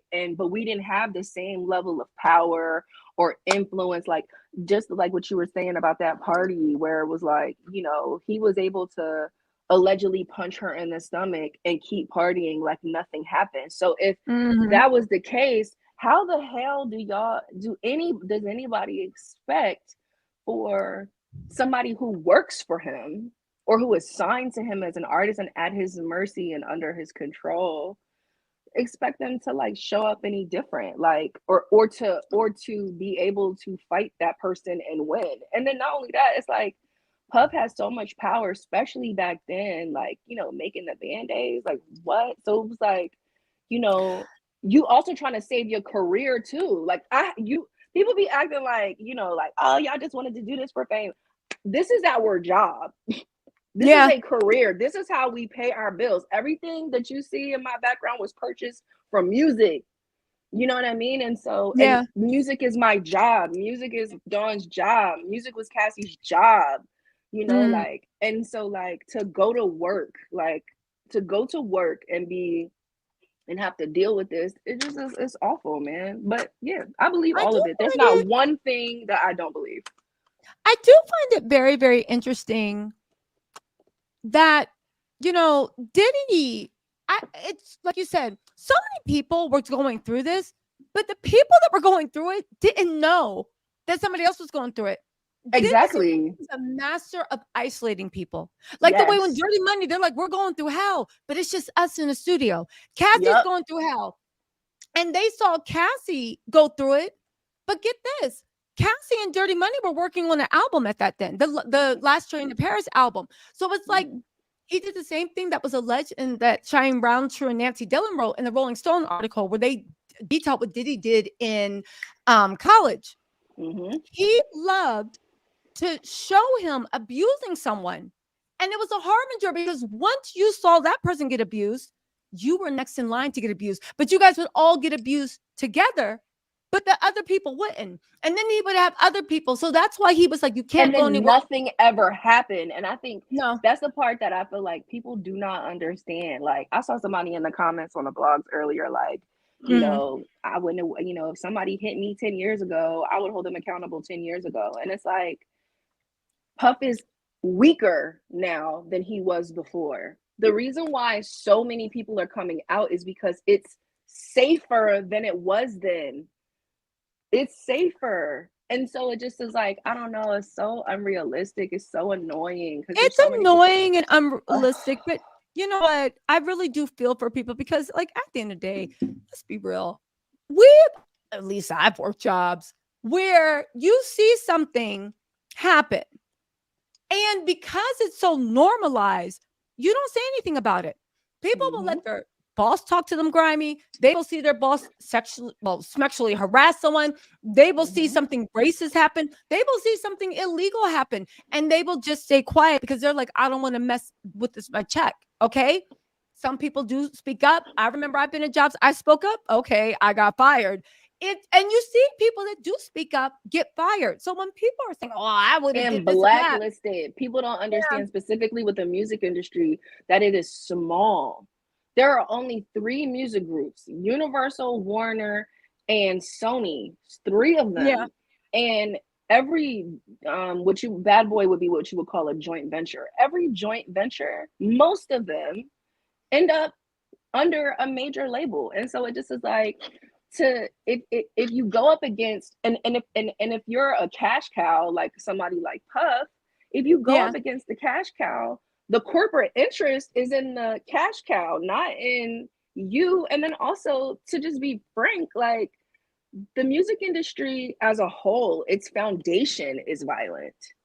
Yeah. its foundation is about, like, you listen to like the OGs tell stories about how they negotiated contracts, and they talk about dangling people over balconies and shit. And it's just Yeah. like, that's not how you do business. I don't care what anybody says. I don't care if that's how it was, or you know, whatever. But I think, like, people don't really understand what we're up against. And like I said, and I'm gonna continue to double down on this is our job. So it's easy for someone to be like, well, why don't you just go get another job? If you've been a teacher for 15 years, right, and that's where your skill set is, that's where your experience is, that's what's on your resume, it's not as simple as, oh, why don't you just become a scientist? Nah, it doesn't work like that. I've been a songwriter professionally since 2007.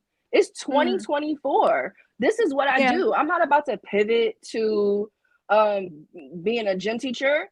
That's not my set of skills. That's not my expertise. That's not my, you know. And so, but because it's not as simple as just changing a school, if you were a teacher, or if it was a hospital, changing doctor's offices or dentists, it's not as easy for us to get away from it because it's everywhere.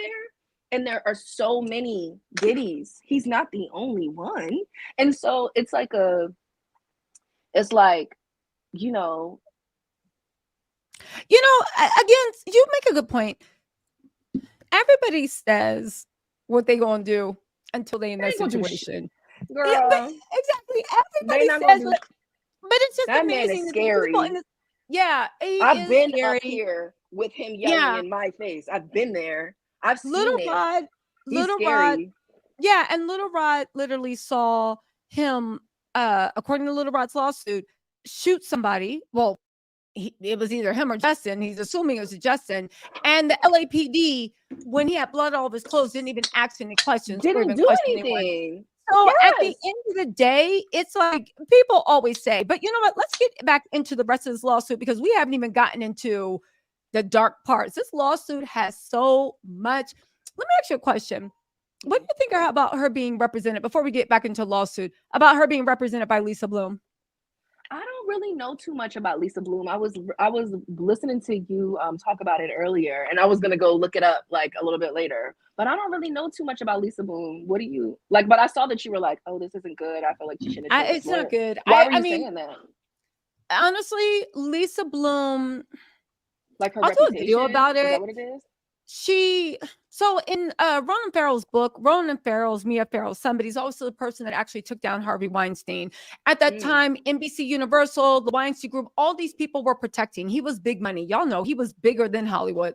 At one time, the most powerful movie producers, whatever. Harvey Weinstein. Yeah, he was the Diddy of entertainment. He had been trying to expose him for a while because everybody knew what was going on. He had been trying to expose him for a while, but he always got shut down. Being an investigative journalist, and the DA and the police weren't prosecuting. Why? Because we found out that before they were refusing to prosecute cases, people were going to the police and they were like, there's nothing to see here. So he decided to be an investigative reporter, and he started going around investigating. He started interviewing people. Listen, you have my trust. You have this, you have that.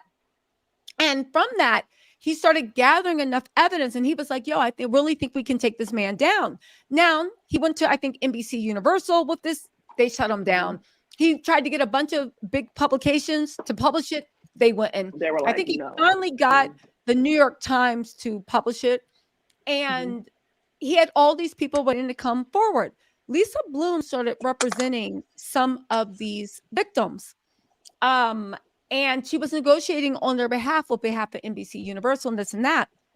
Ronan Farrell accuses her of doing catch and kills. Catch and kill is a common journalistic thing where you catch the story, you catch everybody involved with the story, and then you do what you can to act like you're on their side, basically a double agent, and you sabotage them. You kneecap them with either credibility, or you make them take a settlement that's peanuts when they could have gotten more because they don't know that you're working for the other side. I see somebody said that she's Gloria Allred's daughter. Yeah, she's right? Gloria Allred's daughter. Yeah, I know who you're talking about. Claim to fame. Yeah. So he accused her of doing catch and kills. You would catch the story, get these things, say we're going to represent you, but then you would be the person that did it. It is implied that when you do catch and kills, you're working for the rich, powerful people. He literally confronted her when he was like, he called her and he was like, Lisa, like, what the hell? Like, what are you doing? And she basically told him, Ronan, grow up. This is the way things go. Because she had been talking to him for a while. Tell me what you have. What have you heard? What have you heard? Oh, I got this client that got this. Da, da, da. So he thought they were in it together. Then to come to find out that she was also working and representing for NBC Universal and all these people that were trying to shut him down. And he called her and was like, how could you? Blah, blah, blah, blah, blah. And she was like, you need to grow up. This is the way things work. And I think she offered to bring him in, like, yo, let's get money together. And he refused. Lisa Bloom also represented Blac Chyna when she got the worst custody settlement. I don't care if you think Blac Chyna deserves a penny or not.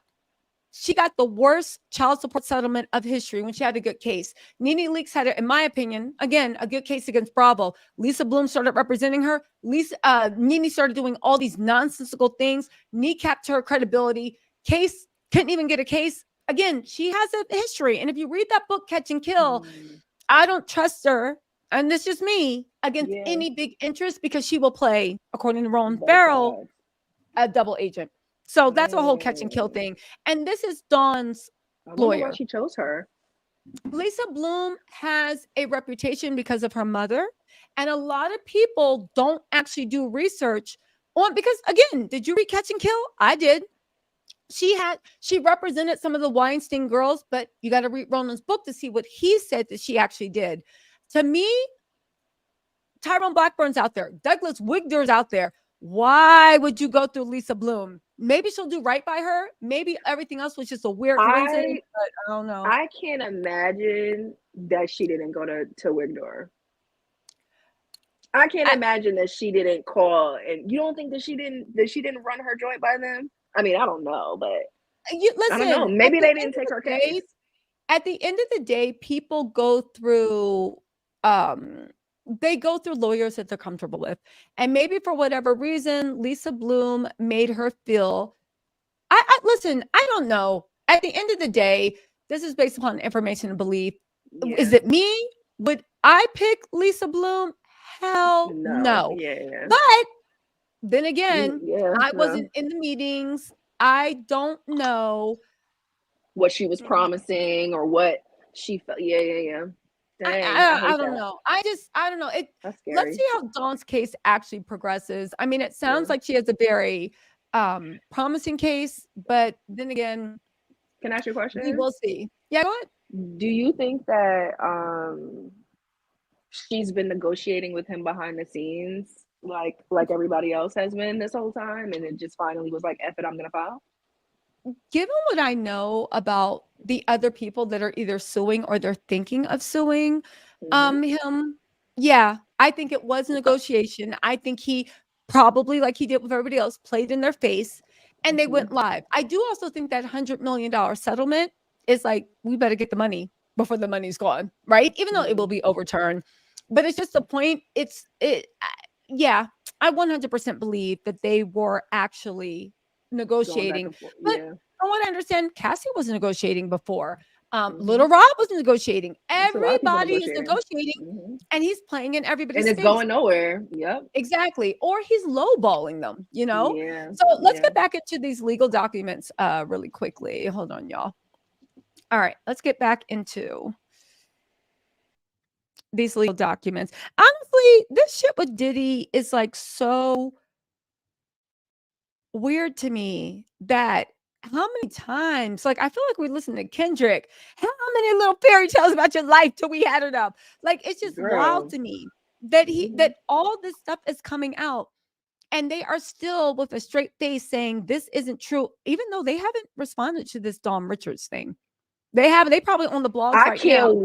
I can't wait to hear it because it's given.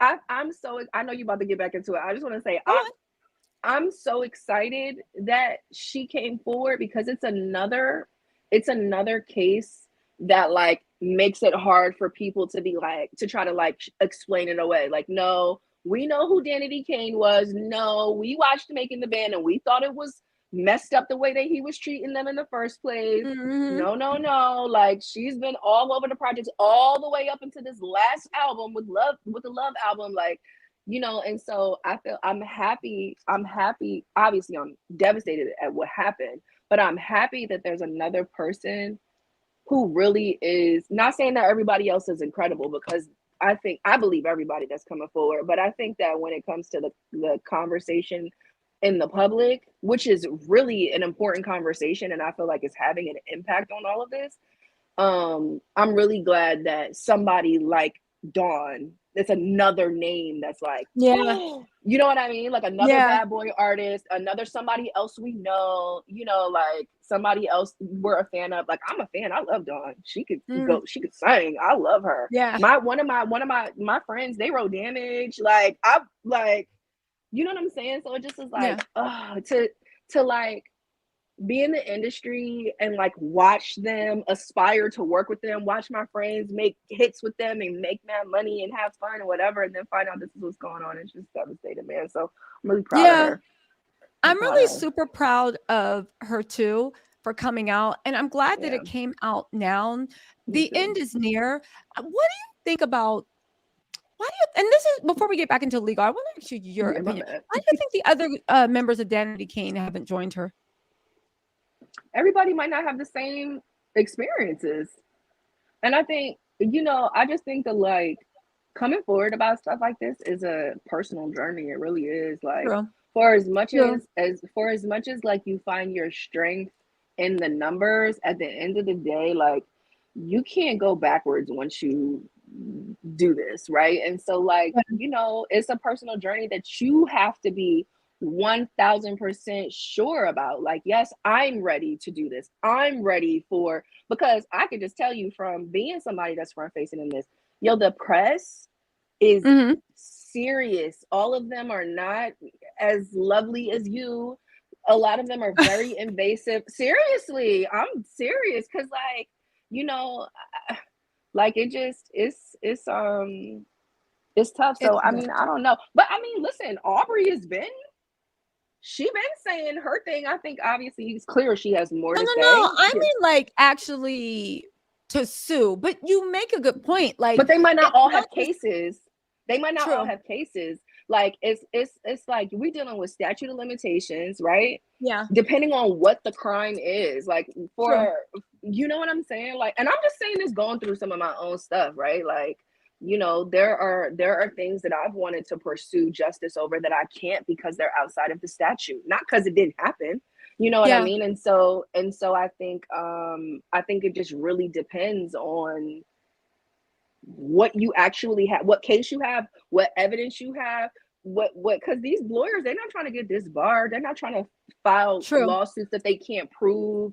If they don't have any discovery, if they don't have any, you know what I mean? Look what the lawyers are going through. This is the first case I can remember where they can't try it with Douglas Wigdor because he's been in the game. But they tried it with Tyrone. Exactly. Douglas Wigdor, who represented Cassie's been in this game for so long, they couldn't, but they would if they could. Tyrone Blackburn has only been practicing for like maybe 10 years, which is a while, but they have tried to make the case. Yeah, but he's younger and he's black. And they've been trying to make the case at how dare you think you have the right to sue anybody. This is the first case I can remember that they are attacking a lawyer. Yeah. The law is a privilege. You are literally attacking a lawyer for filing an SA case on behalf of their client. I've never seen that. And the media has been running with it. TMZ and all those cronies, they've been running with it like, oh, you know, he didn't win a case. He settled this. Okay, 99% of cases are actually settled. And honestly, if you want to go to your own team, Sean Hawley, what happened to your last 3 cases? You know, Angling, what happened to your last 3 cases? Lawyers lose cases. You realize that, right? Yes. And it impacts their careers. Like, this is not something, No. But the funny thing about the Tyrone thing is, it's not even that he's lost cases. Talk about the hundreds of settlements he's had. That's the weird part, that they are like trying to like discredit a lawyer. But you know why I think that is? They're trying to discredit because they're scared that other people that have experienced stuff with Diddy will reach out to him and will be like, Tyrone's hey, not scared. Exactly. So even the Breakfast Club did a weird segment when they're like, oh, this Tyrone, and that's like, but Tyrone Blackburn didn't even represent the person you're talking about. And then you said, oh, all Diddy ever gets is $200 or $300. And I said, wow, the Breakfast Club, it was Charlemagne, Just Hilarious, and what's his name, DJ Envy. All did this little segment to make it seem like nobody's winning cases against Diddy. And even if you assume you only getting $200 or $300. And I was like, wow, this is surreal. It's surreal. But let's get into this. Ciroc, Diddy Beats non-payment. In and around summer 2009, Dawn and Kalina were required to perform as part of the Dirty Money thing. They attended numerous promotional events, including late or overnight parties, all which were under contract between Diddy, Ciroc Vodka, and between Diddy and Diddy Beats pursuant to the Bad Boy Interscope record deal. Let me tell you something. History favors the bold. Fate favors the bold. You might be scared to do it, but I'm telling you, Dawn, because she decided to jump off this cliff, for lack of better words, yo, if Lisa Bloom doesn't screw her over, she is looking at so much money because of everybody that condoned this. Literally, Ciroc, this explains why Ciroc cut ties with Diddy, because they knew, like, wait a second, they knew this is gonna go left. Exactly. And they knew that they were complicit in some way, that they had witnessed it and didn't say anything. They said Dawn was never compensated for the extra time she spent fulfilling Diddy's promotional contracts, including the Ciroc and Diddy Beats campaign. Diddy was paid approximately $250 per Ciroc appearance. Diddy say Dawn or Kalina for these appearances, other than just $5,000 each for a handful of occasions. Diddy's cheapness. Diddy's ongoing explanation for withholding compensation was that their appearances were a requirement for their tour. Additionally, Dawn was required to appear and promote Diddy Beats through parties, songs, albums, and videos. Over time, Diddy was paid, wow, $6.25 million for 25 Ciroc shows that Dawn was required to attend. Following each show, Dawn and Kalina approached Diddy to inquire about their insufficient or sporadic payments. Diddy routinely said about such statements. Hold on, let me just take this down. Diddy routinely said about such statements, you bees aren't grateful. You don't want this. Dawn estimates losses from the Ciroc campaign promotions totaling at least $1,562,500. Upon information and belief, Diddy received an advance on Diddy Beats, for which Dawn received no compensation. Now get this. Here's where it gets weirder. Diddy sexually harassed and assaulted Dawn. Between approximately 2009 and 2011, throughout Diddy and Dirty Money's recording process, rehearsals, and performances, Diddy repeatedly ordered Dawn to strip down to her knickers. He frequently referred to her as a bee and a whore and made demeaning remarks about her body, alternately calling her lazy, fat, ugly, and skinny, particularly in front of his friends, producers, and his bodyguards. Diddy frequently held meetings with Dawn wearing only his underwear, despite Dawn complaining and protesting and begging him to put on clothing. All Diddy would say was to call her a bee, a ho, ho, ho, and reminded her that she should be grateful for an opportunity to be there. Often, while they were recording in the studio, Diddy would hold parties where he would invite young men and women who were often scantily dressed and appeared underage to use rugs and engage in blank acts. Dawn observed Diddy and his colleagues kissing, groping, and inappropriately touching young women. Upon belief, the participants often left the immediate area to have blank and returned shortly thereafter. On numerous occasions between 2011, under the guise of preparing for performances, Diddy would intrude. Diddy would intrude into Dawn's room at Daddy's house unannounced while she was undressed. Even though a female stylist was present and assisting Dawn with her wardrobe, Diddy would grope her body, including her bare tatas and booty. Anyway, her bare and the chest area near her tatas with no legitimate purpose and without Dawn's consent. Diddy caressed her buttocks to show the stylist where her high-waisted underwear positioned and attempted to touch her bare tatas, claiming to show the stylist where he wanted her bra straps to go. He's disgusting. When Diddy would enter the changing room, Dawn would cover her chest with her hands to prevent Diddy from seeing or touching her tatas. When Diddy would touch her body, Dawn would to swat his hand away and state, "Don't touch me." Diddy frequently smacked Dawn's bare butt and often on her body, noting that although she was too skinny, she had an SS. Ignoring her visible and discommunicated comfort, Diddy persisted and continued to contribute when Dawn was in the dressing room, continued to touch her butt and breast under the guise of showing the stylist what to do, and continued to smack her booty without her consent. In or around October 2010, Diddy performed in where Diddy engaged in sexual advances toward Dawn. On numerous occasions, Dawn exited the dressing room fully styled, looked at her approvingly, and smacked her butt while making comments such as, "You're looking good. Okay, Dawn, okay. I see what that is," in a flirtatious tone.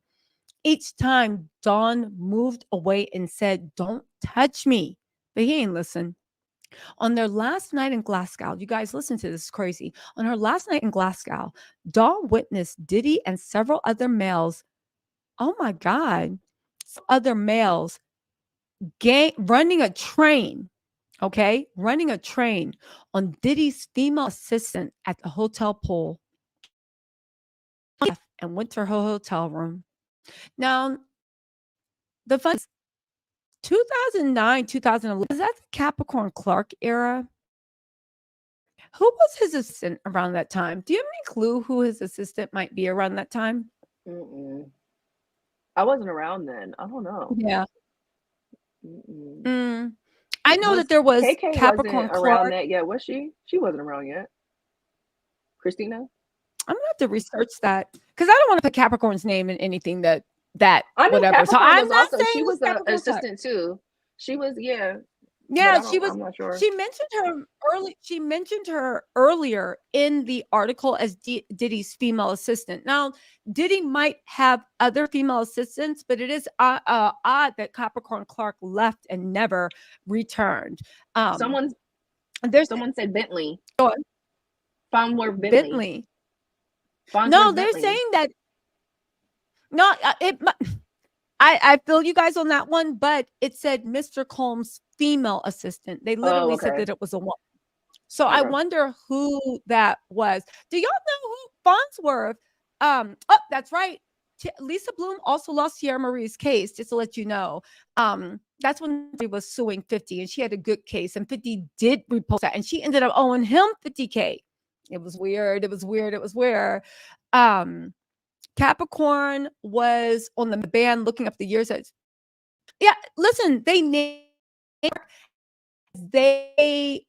she let Cassie out of the restaurant sometime between 2009, 2010, where he assaulted her in front of Neo, Usher, and the head of Interscope, Jeff Dam.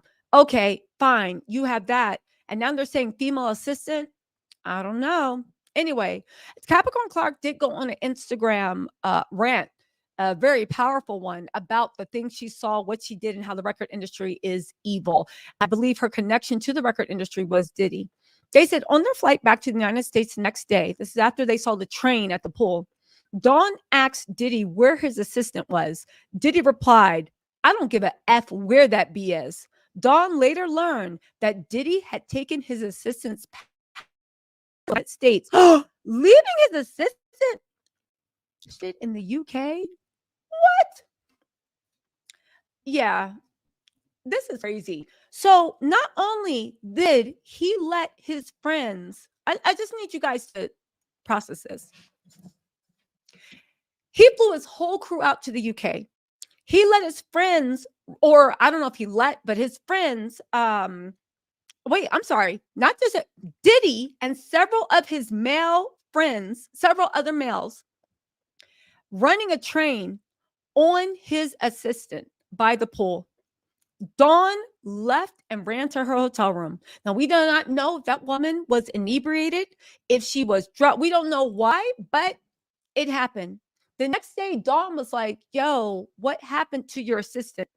Diddy said, I don't get a F what that B is. She learned later that he had, after all that happened, he had taken her passport and left her stranded in the UK. Now, to me, that sounds like the girl was distraught and complaining and doing all stuff. And he left her stranded in the UK and took that girl's passport. This is crazy. In Glasgow, Dawn confided, Lena confided to Dawn that her husband and manager, Tony Bick, was abusive. After an especially severe assault, she confided in Dawn that she wanted to leave Bick. Dawn helped her plan a relationship. However, Dawn and Kalina and her husband reconciled, and both Diddy and Tony Bick, who had a super close relationship, learned of Dawn's role in helping out Kalina. Diddy and Kalina's husband became noticeably distrustful of Dawn, which made her even fear more for her safety and that this was going to blow back. When Diddy would require Kalina and Dawn to stay at his residence in Miami, Dawn would barricade herself inside her room at night, placing heavy furniture against the door. In late December 2010, I think that assistant is Capricorn Clark, but I don't know. Dawn and Kalina and Cassie were in Diddy's lost home when Diddy stated, I want tatas for Christmas. Diddy reached out and Dawn's chest without her permission and stated, you're an A. I'm thinking a D. Dawn recorded in shock room. Now, we all know the story that Diddy made Cassie get 2 boob jobs. He made her get it once. He didn't like it. He made her go back a couple days later, even though the doctor was like, this is harmful. She can't. He made her go back a few days later. They had to get an emergency team of physicians. Oddly enough, that doctor actually passed away. But what Cassie is saying, this 100% corroborates it. This was Diddy's thing. He felt ownership over everyone. Your time, your energy, your effort, your mind, your body, even how your body was in charge of to him. Now, she said throughout that time period, Dawn resisted Diddy's advances. Diddy retaliated by denying her to allow her to sing in performances and turning her microphone off during performances. The more Dawn refused his advances, the more Diddy started retaliating. Listen to this, because this is really, really, really something. And falsely imprisoned Dawn. Y'all, this is wild. In or around December 2010, Diddy Dirty Money was preparing for an upcoming, hold on, y'all. 1 second. Diddy and Dirty Money, an upcoming show, tour, or whatever you want to call it. Okay. As usual, rehearsals lasted days without the opportunity to eat or rest, and rehearsal schedule was predictable. All day for Diddy to call or send a car, Dawn received a phone call from Diddy demanding, where the F are you bees? You bees don't want this. Y'all don't deserve to have someone pick you up. Get a cab. Dawn and Kalina immediately took to SUES Studios at 520 West 25th Street in New York, anxious because Diddy found her enraged. Now, if you guys watched the interview me and Tiffany did, she actually said and called emotional B, where he was screaming, trying to get at you and acting crazy. People doubted that, but you have Dawn saying they were doing the same thing, and they were just sitting there waiting for a car that he was supposed to call.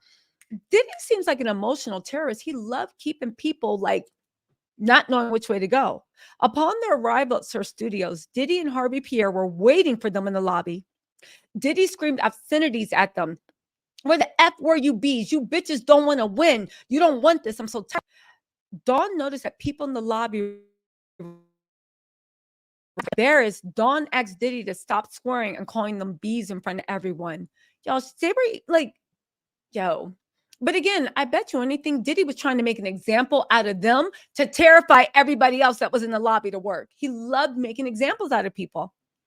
Diddy's facial expression shifted as he stepped toward Dawn. He raised his arm and swung his fist toward her face. Hit her. Impact. Before Diddy could strike her, Diddy's bodyguard grabbed her, escorted her to the studio, and forced her into that boy Records Bentley that was parked outside. Kalina ran after Dawn, and Diddy's bodyguard got the woman inside. Inside the vehicle, Dawn realized there was no interior door handles. There were no interior door handles, and they were locked inside with no way to escape. Dawn's belongings were in the studio, but she was able to call her father from Kalina's cell phone. Dawn relayed to her father what had happened, and she needed help and feared she'd go missing. Moments later, Diddy's bodyguard removed only Kalina from Bentley, leaving Dawn locked in the car alone for over 2 hours. She screamed so loud as she could, but no one responded. It was late evening in the wintertime. The windows were heavily tinted. The interior of the car was dark except for faint interior lights. Dawn's belongings in winter while the ignition was off and there was no heat. He had her locked in the car in tinted windows, alone, screaming for help for 2 hours with no heat in the middle of a New York winter. This is crazy. With Diddy's prior threats and violence running through her mind, claustrophobia at being locked in a small, dark, enclosed space with no way to communicate or call for help. She began to feel cold. She feared for her life. She didn't know when or if she would ever be released. Dawn's father drove to New York from Baltimore and arrived at the studio approximately 2 hours later. Can you imagine getting that phone call, scream that you fear for your life, right? She arrived in the studio. He almost 2 hours later, okay? Only after her father arrived and demanded to see her did Harvey Pierre. So Harvey Pierre was in on this mess. Harvey Pierre, because everybody knew that she was being locked in the car against her will. Harvey Pierre ordered Diddy's bodyguard to release Dawn from the vehicle. Harvey ushered Dawn's father between several rooms at SUES Studios, where he waited for approximately 2 hours. Diddy, yo, Tiff, the arrogance. Your child calls you screaming. Everybody knows what's going on. Harvey Pierre, who's claimed innocence, is like, yo, fine, let her out. You're like, yo, let me see that mofo. You go into the room and you got to wait 2 hours to confront the man that had your daughter fearing for her life. Anyway, once Dawn's father said that he intended to contact the police, Diddy warned them to think about your family and think about your daughter's career. Her father appeared visibly frightened by Diddy's threats and actions, which in turn made him feel terrified for herself and her family's safety. The next night, Diddy, Dirty Money, performed on Saturday Night Live. Diddy subsequently complimented with the threat, "You don't call your dad unless you're in the hospital." Wow. Wow, this is... They said also they're suing Diddy for unjust enrichment by breach of contract and copyright infringement. Ooh, look at all this. Saying that as a member of Diddy, position credits for more than 3. He failed to pay for that. I guess that's credit her. Dawn has agreed for he agreed to a certain percentage, much like Little Rod, and her performances were supposed to be compensated by a pre-agreed amount.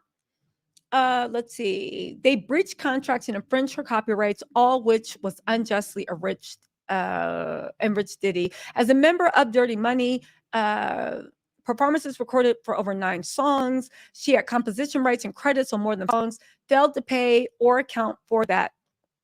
Showstopper, Ride for You, Bad Girl, Pretty Boy, Striptease, Poetry, Lights Out, Sucker for Love, Ain't Going, Two of You, Do Me Good, Ecstasy featuring Rick Ross, Lemonade featuring Tyga, On a Day's Work, Bad Girl featuring Missy Elliott. That was written by Dawn, Mary Brown, Mary Brockett, Missy Elliott, and Sean. Quincy Jones, David, what? Anyway, Secret Place, that was performed by Dawn. Infrared, Dawn. Angels, Love Come Down, Yeah, Yeah, You Would, Hate That You Love Me, Your Love, featuring Trey Songz, Ass on the Floor, featuring Today, featuring Chris Brown, I Hate That You Love Me, Shades, featuring Lil Wayne and Justin Timberlake. This is crazy. Looking for Love, that was written by other people. I Hate That You Love Me, written by Dawn and other people. Strobe Lights, other people. Loving You No More, written by that featured Drake. That was written by Dawn and other people. Change, written by Dawn, other people. In 2020, Diddy selected Dawn for a reboot of Making of the Band, and Dawn spent hours preparing to be a judge on the new show. However, the COVID-19 pandemic halted those plans and never compensated in any way. In July 1st of 2021, Diddy and Bad Boy Records, Combs Publishing, to assign its administrative rights of Dawn's songs.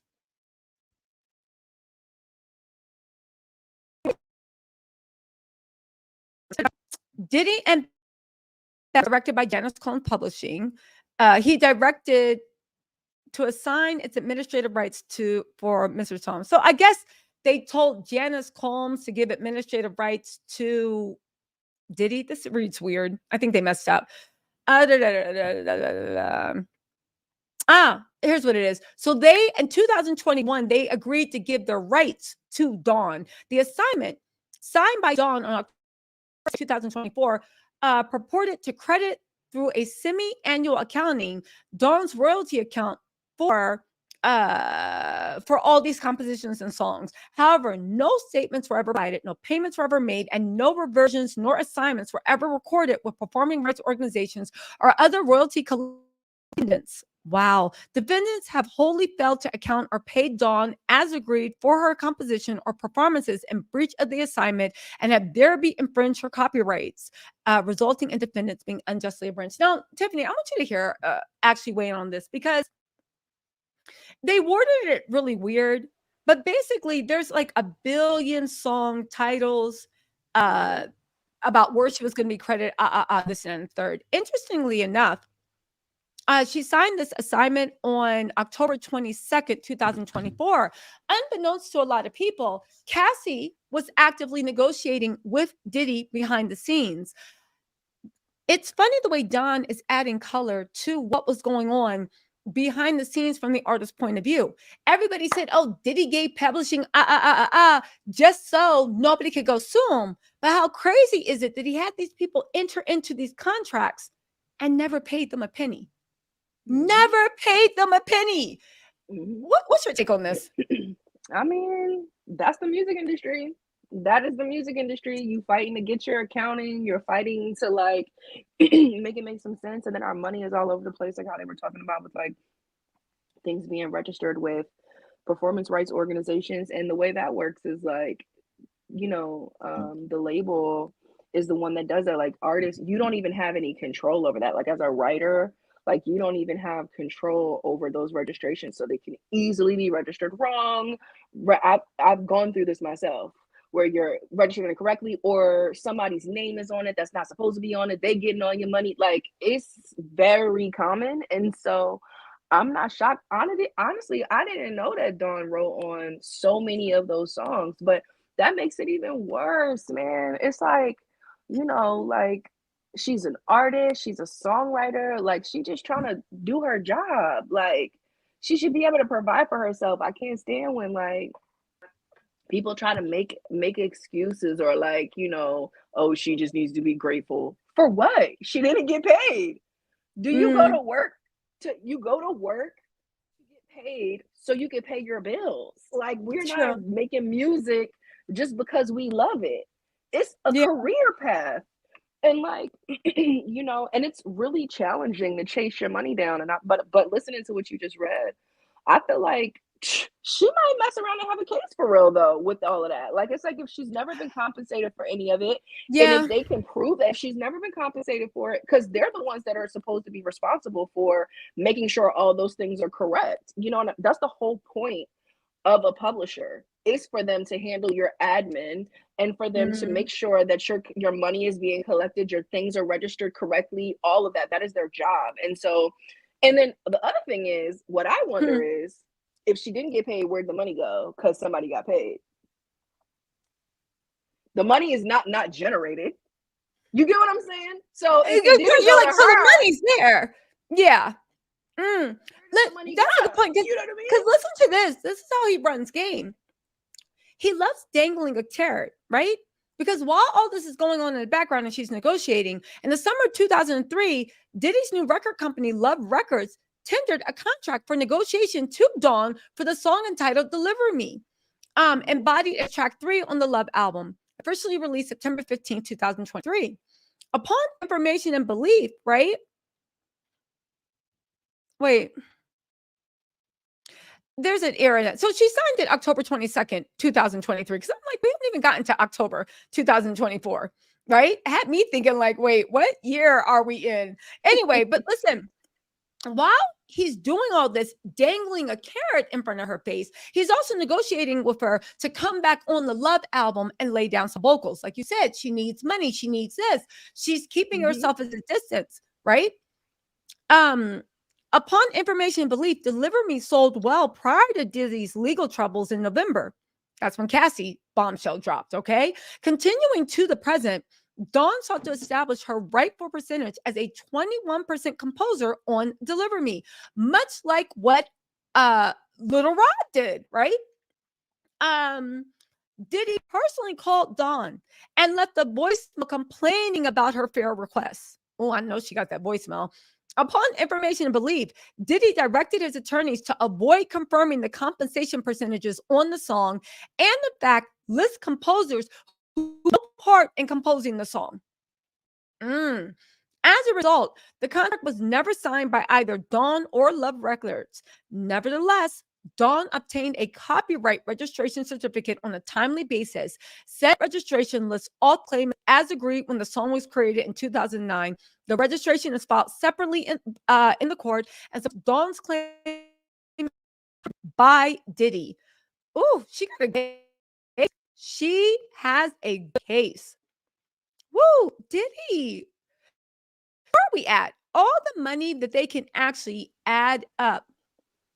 All the money that they can actually add up is already north of 10 million. And this is before the jury goes in. The causes of action, violation of victim. Well, I want to read all the causes of action because not Diddy. YouTube's going to demonetize. They don't like when you actually talk law about violation, but she has one. This is under California, 3, 4, 5, 6, 7, 8, 9, 10. How many more? 11, 12, 13, 14, 15, 16, 17. She's suing them for violations in federal court, but she's suing them for violations of New York and California civil law. 18. Oof, Diddy. 19. Copyright infringement. 20. And breach of implied covenant of good and fair dealings. Oof, 21. I'm going through, they got this fool on 21 causes of actions, and every one of them seems legit. This was signed by Lisa Bloom, Eric Fudali, Yasmin Meyer, and Devin Meeples. Wow. Listen, Tiffany, what's your way of all this? I'm sitting here looking at the credits for Deliver Me, seeing who were the writers on it. And I was thinking about, like, okay, so she's asking for 21%.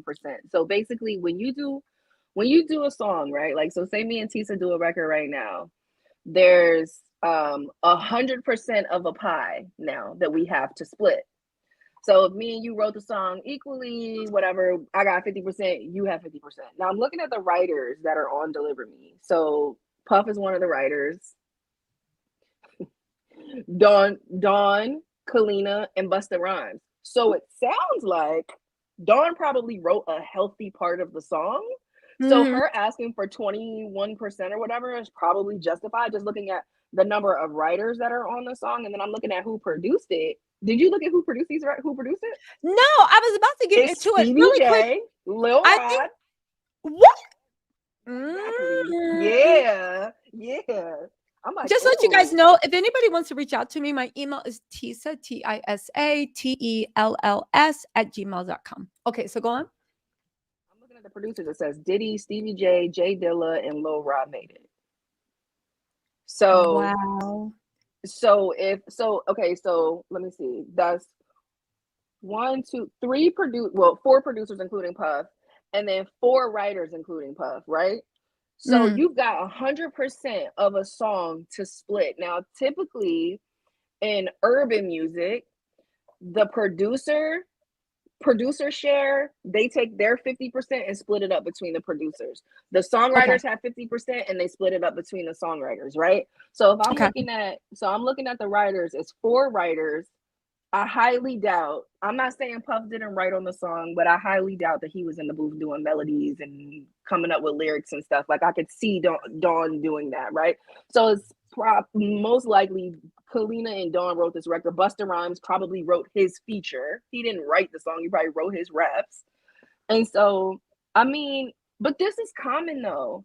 I can't tell you how much drama happens in the music industry when you're trying to negotiate. It's called splits, what she's talking about.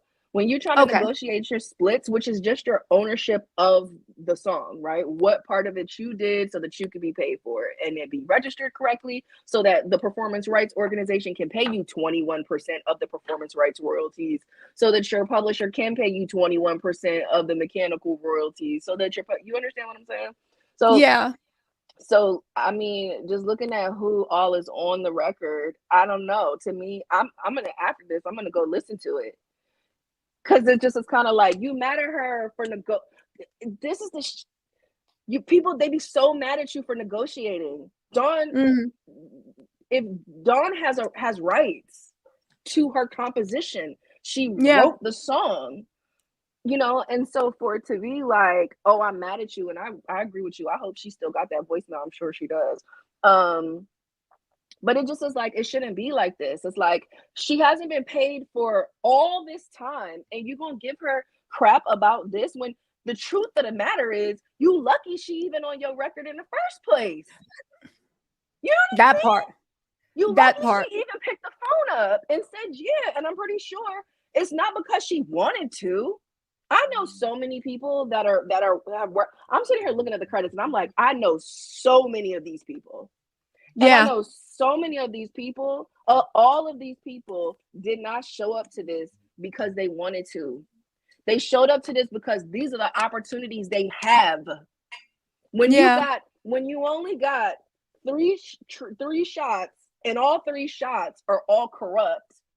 Decision. You understand what I'm saying? Yeah. And so it's like, it's really, and then it just makes me think, dang, if he was like that with her on the splits, I can't even imagine. And it's a lot of people on these songs. Like, it's a lot of people. And then I know we talking about Dawn, but I just want to say really quick. Oh, go on. Finish your thought. I was gonna say, I can't believe, like, the audacity of him to be treating Lil Rod like this and to see Lil Rod's name all over these credits is unreal. It just is like, yeah. He literally had this man be a servant, did all this stuff, mess with his mind, mess with other things too, had him produce his whole album, because the music maker behind it. Because no lie, everybody said that Love album was a really good album, but you know, because Diddy is dead in the water. And when he asked for his fair compensation, which was the peanuts that he had agreed to, when he asked for that fair compensation, Diddy didn't even want to give him that. And again, he didn't ask for 21%. He had agreed to, I think, 3 or 4%, something incredibly low. And Diddy was like, you ain't getting nothing. So And that's it's like, why he's suing him. why? That is your right. As a copyright owner, so songwriters and producers are classified as independent contractors by the US government, by the Copyright Royalty Board. They're the ones who decide how much money we make off of music publishing, right? And so to me, to ever try to argue with anybody about them negotiating for their business, like, I work for Tiffany, I don't work for you. I can't, you came, like, I'm a freelance. It's like trying to hiring a plumber to come fix your sink, and then then they told you I charge $250 for this, right? Yeah. And then once the sink is fixed and they give you the bill, you're like, F that. What the hell are you talking about? It's like getting in an Uber. We are freelance going workers. to a restaurant, ordering everything, and then skip it on a bill. Going to the nail shop. After you saw the menu and order, calling them over and be like, why are you charging this much for shrimp and lobster? It's like, sir, nobody told you to order. Yeah. And this is my restaurant. I say this to people all the time when people try to fight with me about splits and how much I charge for stuff and whatever. I always say, it sounds like you can't afford my store, baby. That's all it sounds like it is to me. And if you can't afford Nordstrom's, that's fine. Yes. Go to the store you can afford. No shade. I see your shirt. No budget, no box. No budget, no box. You already know how I get that.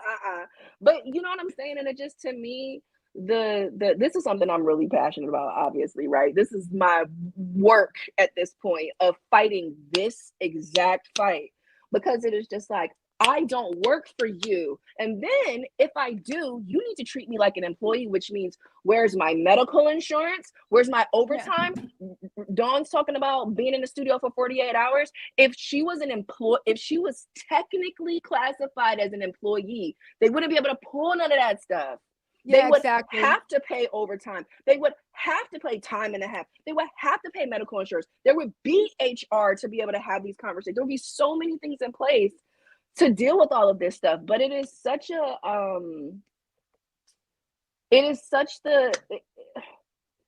like they say, it's the Wild West. And it's like, if you don't have the leverage, which you should never have to have leverage for human rights, right? Like, if you show up to work, there's no confusion on work equals compensation, right? Definitely.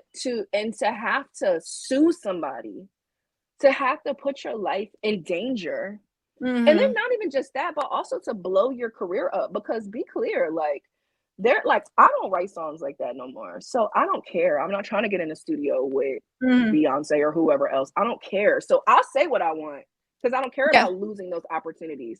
But there are people that are in this business, like I said, raising their kids, paying their mortgages, putting people through college, you know, taking care of their mama and their daddy, that literally cannot afford to be like, yo, can't afford to sue. Because the thing is now you sued. Now look at how many people Dawn is suing. All those entities you have now made your enemy. There's only 3 major music groups. She had 2 of them on there, Sony and Universal. You only got Warner left. Who the hell else you gonna work and for? Warner's not taking you after you went to war with Sony and Universal. You already let them know you're the one. That's my point. You know? That's my point. And so it just is kind of like, it's such a chokehold, and it's worse than corporate America, because it's the Wild West. And because of the music industry being the culture, sex, drugs, rock and roll, and he got to call his company Bad Boy. He got to call their group Dirty Money. He got to talk about, you know, he gets to make threats and and that's the bravado and this character that he creates, right? He punched Cassie in the stomach so hard at a dinner party, a private dinner party, that she doubled overtime, and everybody saw her be escorted out, and they just kept the party going. Like, everyone was eating dinner. Because they're also either that they don't care, or they're also afraid of him too. And to me, I just don't understand. It's like, we've all went to school. We all know a bully, right? Now imagine the worst bully in your life having $1 billion and, you know, free reign to do what that got the key to the city. Like, what do you like? It just is so, New it's York messed and up, man. Miami. Yeah. Listen, You know, like it just is like it's an impossible. It was an impossible situation. It's not an impossible situation anymore because of where we're at. But like back that 2009, 2010. Like now, thank God we have. I feel like social media has its pros and cons, but I think one of the pros is that it gives people an opportunity and a platform where you're not dependent mm, on getting the CNN or whoever, right? no, But because it's I wouldn't also have been your hired on it. protection. You know what I'm saying? But it's your protection, right? Like in It's your situations like protection. this, yeah, the more front facing you are in situations like this, the more it's your protection because now everybody knows what happens. And if something happened to you, the first thing they're gonna think, that's weird. So, Exactly. you know what I mean? But back then, Yeah.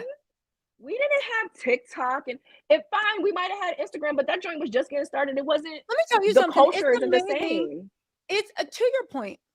It's amazing how if you go into old blogs, Mm-hmm. all Mm-hmm. this shit was laid out in like It sure Diary of was. a Hollywood Street And King, that Lipstick grape juice, Alley. lipstick. I was gonna say Lipstick Alley. This is going back to 1990 something, and the threads are like so voluminous.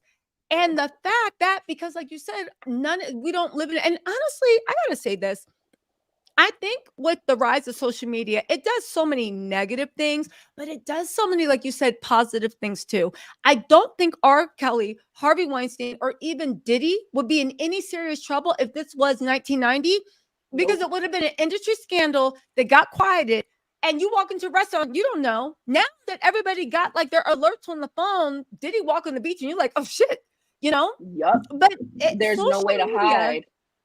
He there's can't no hide the way. same way. Yeah. And when you mistreat people, you can't hide. No, it is scary because it shocked me, especially with the Cassie stuff. When it came out, everybody had the excuse to an excuse. You see why things are messed up in the world because of social media. Because you see that there are 20% of people that really don't give an F. They don't care.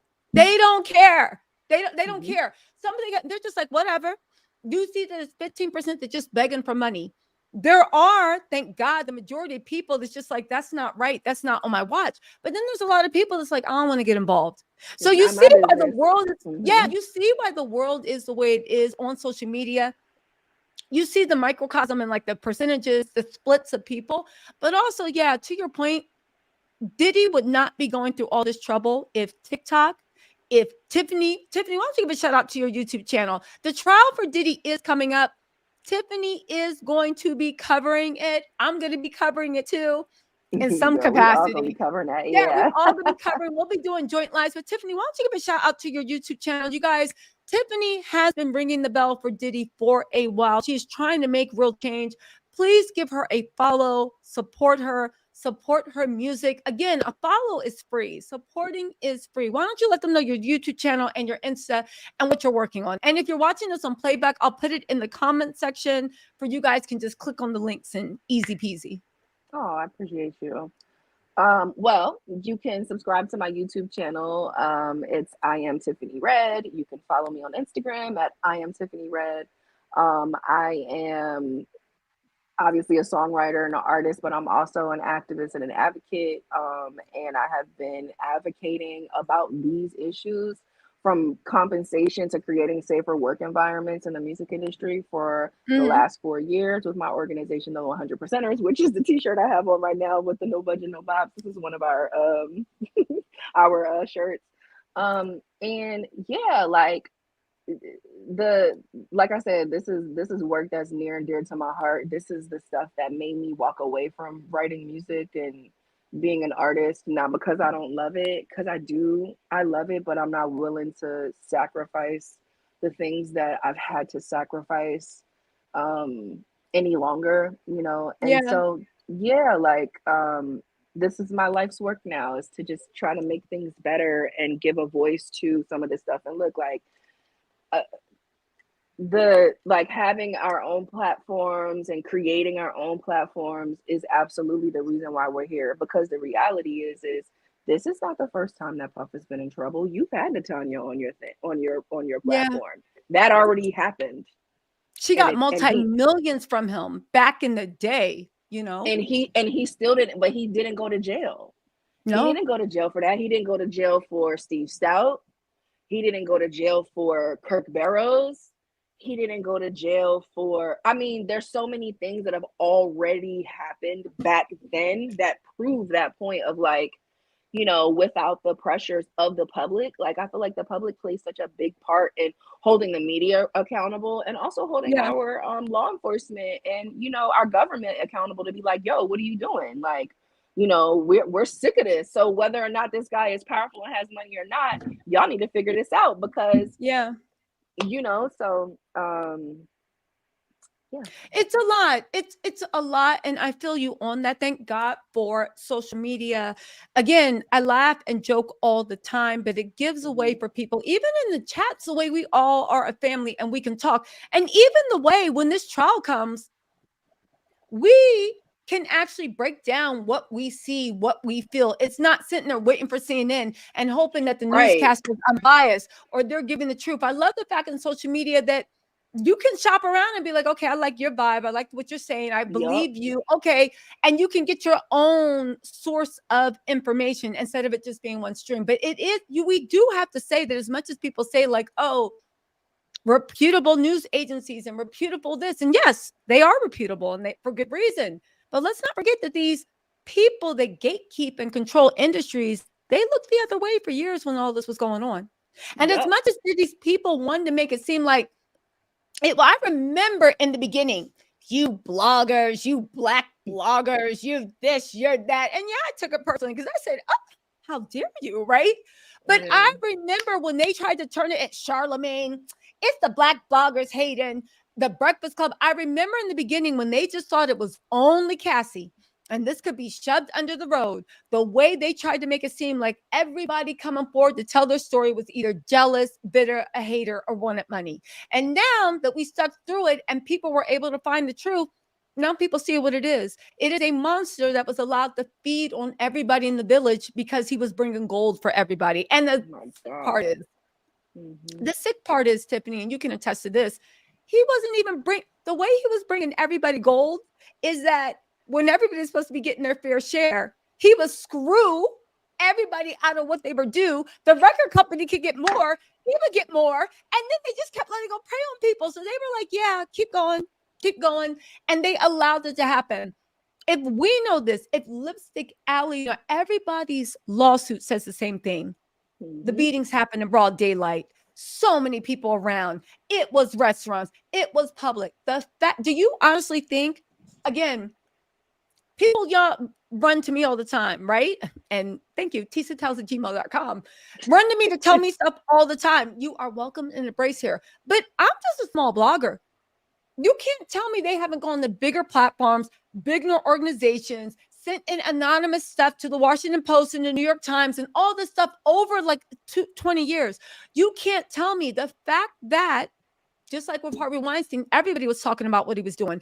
Everybody knew. People ran to the police. People ran to NBC. People ran all these things, and it was always shut down. I do feel it's the same exact thing that they were doing with Diddy for the longest time. But thanks to social media, he couldn't hide anymore. And social media is what brought down Harvey. Social media is also what brought down Harvey Weinstein, because the victims were able to tell their stories outside of mainstream media that was trying to shut it down. So, and I want to add to that, right? Like being somebody that has that does the blogs and does mainstream media, right? Like what my first sit down interview was on NBC at the top of this year, right? And I remember, you know, when they reached out to Puff's team, you know, for comment on some things. And let me tell you something, like when it comes to like trying to get the news out, trying to get the machine to do the thing, his team was going so hard on the journalists that I was working with. You're going to ruin your career. It was a thing. And so it just is like, and that's one isolated incident with us, right? Like they were really upset they were upset that it was so interesting. Of everything I said, they were upset that I confirmed that Cassie had a black eye under her makeup at the Perfect Match premiere. And his PR was like saying to them, like, you know, that's not true. It's not possible to cover a black eye with makeup. Tiffany's lying. If y'all air this, you're gonna ruin your career. If you this, like, it was a whole thing. And that's one story. That's one media outlet. And, you know, shout out to NBC and Chloe Mailers for pressing. But that's the reality, and everybody is not gonna move the same way. So a lot of it's intimidating, you know what I mean, to feel like, oh my god, this guy has the resources to either sue me or to come after me or whatever, you know what I mean. We did it anyway, and because I knew it was true. It was like, I'm not lying, share it, go ahead, put it out. I said what I said. I know that's true. I was around, you know. But the energy you that had they to were disconnect giving, but go on. and I was going to say the energy that his team was giving her and giving us, and this is top of the year. This is what, January or February or something like this year, you know? And so it just is like, I can't imagine, like, also just getting the stories out, what the media is going through too, with the journalists, because it's True. individual people that are writing these stories. I don't blame the journalists. I blame like you said, because journalists have a boss. You can't just go and write what you want. The editors have to do this and that. Like, it's a corporation. It's a checks job. and You have balances. supervisors and managers, but you make an interesting point about how, and you see it even in the way the lawyers talk, laws are right, blah, blah, blah. They, even at the top of this year, tried to bully you. And because you are completely disconnected from the record industry now, as far as like looking music, you could stand 10 toes down and be like, I know for a fact what I saw, right, and I don't care, that happened. But otherwise than that, you see even the way they started with Cassie in the beginning, this is horrible, I will never. Diddy's team, they seem like they're doing Diddy's bidding, but Diddy, in the way that he's advising them to act, definitely seems like it is on some bully mess. You know what I'm saying? He's definitely a bully. It's definitely bully energy, and it makes you feel like, oh my god, I don't know, and overwhelming, right? Where you're just like, it feels like chaotic, right? Where you're just like, oh my god, is this okay? Blah, blah, blah, blah. Your phone's being blown up, everybody's calling, you know what I mean? It's chaos. And so like, I think that, like, depending on who the journalist is, like, even though you have the checks and balances, it's still like you're taking on something by writing a story and putting your name on it. You know what I mean? And so, like, you know, this moment is requiring a lot of bravery from so many different people in so many different facets or in so many different areas, you know? But yeah, it's unreal. It's unreal. Do you think that they're gonna make a statement about this? Have they released a statement yet? You I can't wait to see know, what it's gonna be if they the do. funny thing is, Let's see, Diddy. I don't think they're going to make a statement yet. I think one will be here by the end. No. It'll be here by the end of the day. But right now, I think that they are doing what before they would be very like, it's a lie, I dare you, I'm gonna sue you, blah, blah, blah, blah, right? And a lot of people don't realize, like, it takes money, even if you're in the right, to fight a lawsuit. So somebody has money, unless you have access to free legal counsel, or you have family members that'll be like, I got you, don't worry. Or you have a good lawyer that'll do pro bono. They will literally bury you. And it's not worth it in the end once you go through all that trouble, because who knows if they'll even pay for your lawyer fees. I think now what they're doing is, because it's I think they wait to see how much it does in the media, how much the public is like, how dare you, how much it speeds up. And then they say their statement. This is untrue. The thing is, what you gonna say about Don Richards? It's like when Cassie That's what I'm saying. Like I feel, and it's worse for him now, because when Cassie came out, he lied, then reneged once the video came out and apologized, right? And so and because it breaks my heart for all the things that Cass has had to endure, right? Yeah. you know, and it breaks my heart for how many people have had to witness her endure that, Mhm. you know, and but now that the things that she's explaining track with how we watched him treat her in the hall. Like, I will tell you this, listen, there's somebody that has come out, and I don't know if this person has talked about you know, being dragged by you know, dragged up the or Stairs. dragged by their hair, whatever. But like, Mm. I know other people that have been drugged by him, right? Like Yeah. another woman I know who's been drugged by him, right? And so like listening to her account of like, and then he drug her up the stairs. We watched him try to drag her down the hallway. We saw Yeah. it with our own eyes, Yeah. right? Like, and it's Yeah. like people who commit crimes, right? Like they usually have patterns. They do the same kind of thing.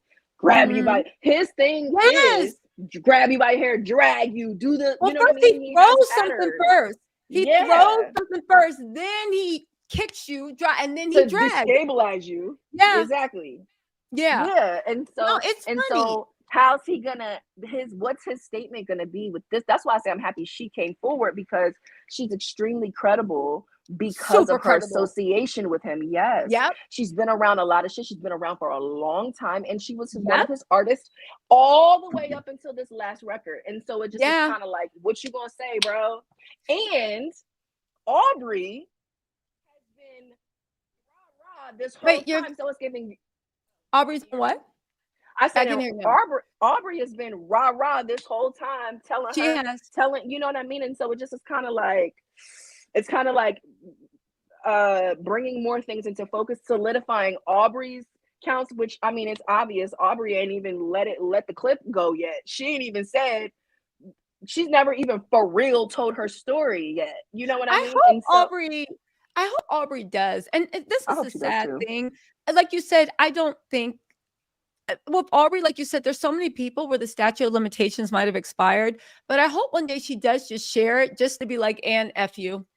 You know, Well, and I like, think, but I think no? it's gay. They're making it easier. Dawn doing that is making it easier Yeah. for Aubrey to come forward and be believed. Dawn doing that is making it easier for people to believe Cassie. Cassie coming forward is making it easier for people to believe Dawn. People, Because all the stories it are all linking go up. It's together, and funny how it's they're all the all same stuff. painting.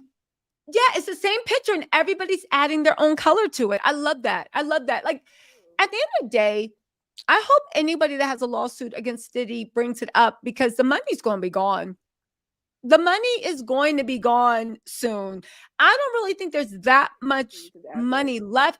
There is, but when the sheer number of people that I've been hearing that People going have after it. cases, yeah, it's like, you know, Yeah. if I was Diddy, I would start settling with people, but we all know He's not gonna do that. He knows that he's yeah, about to be indicted. Why would yeah. you settle with these people when you need your money to fight your trials? Because if Your the feds legal. are going because if it is RICO, the feds are gonna take it anyway. But then again, he's so vindictive. I'm sure he would want the feds to Yeah. have it before the client Before them, before the hell, he yeah. don't want to pay you what you are worth and owed in the first place, let alone when you something that really stuck out to me with your interview with little Rod when Natania came on and she said he harassed me for every dollar of that settlement. I Mhm. felt her deep on that, like, because he don't want to give you the, and so I just kind of feel like, nah, he not gonna settle these lawsuits for what? He's one, he doesn't want anybody to get the money. Two, he's got how many lawyers working on all of these things that cost a whole lot of money, and so I Yeah. think, you know, it just what would be the incentive? Because now to me it just is like a it's like little fires everywhere. It doesn't matter Yeah. which one you put out. He paid Cass, and that joint said, anyway. But here's the wild thing. Like you said, little fires everywhere. He did this shit with Cassie. And then you had this shit going in the background with Dawn, and Dawn knew just as much as Cassie. I mean, Cassie knew her stuff, but Dawn knew like errors before Cassie and even errors after Cassie. And you still were walking on the beach in a silk Gucci two-piece, just no shame, Because you're not walking gonna try around. me. I And wish the wood just is told his the thing like, energy. yeah, it's all love, with that little menacing smirk. Hated Like, it.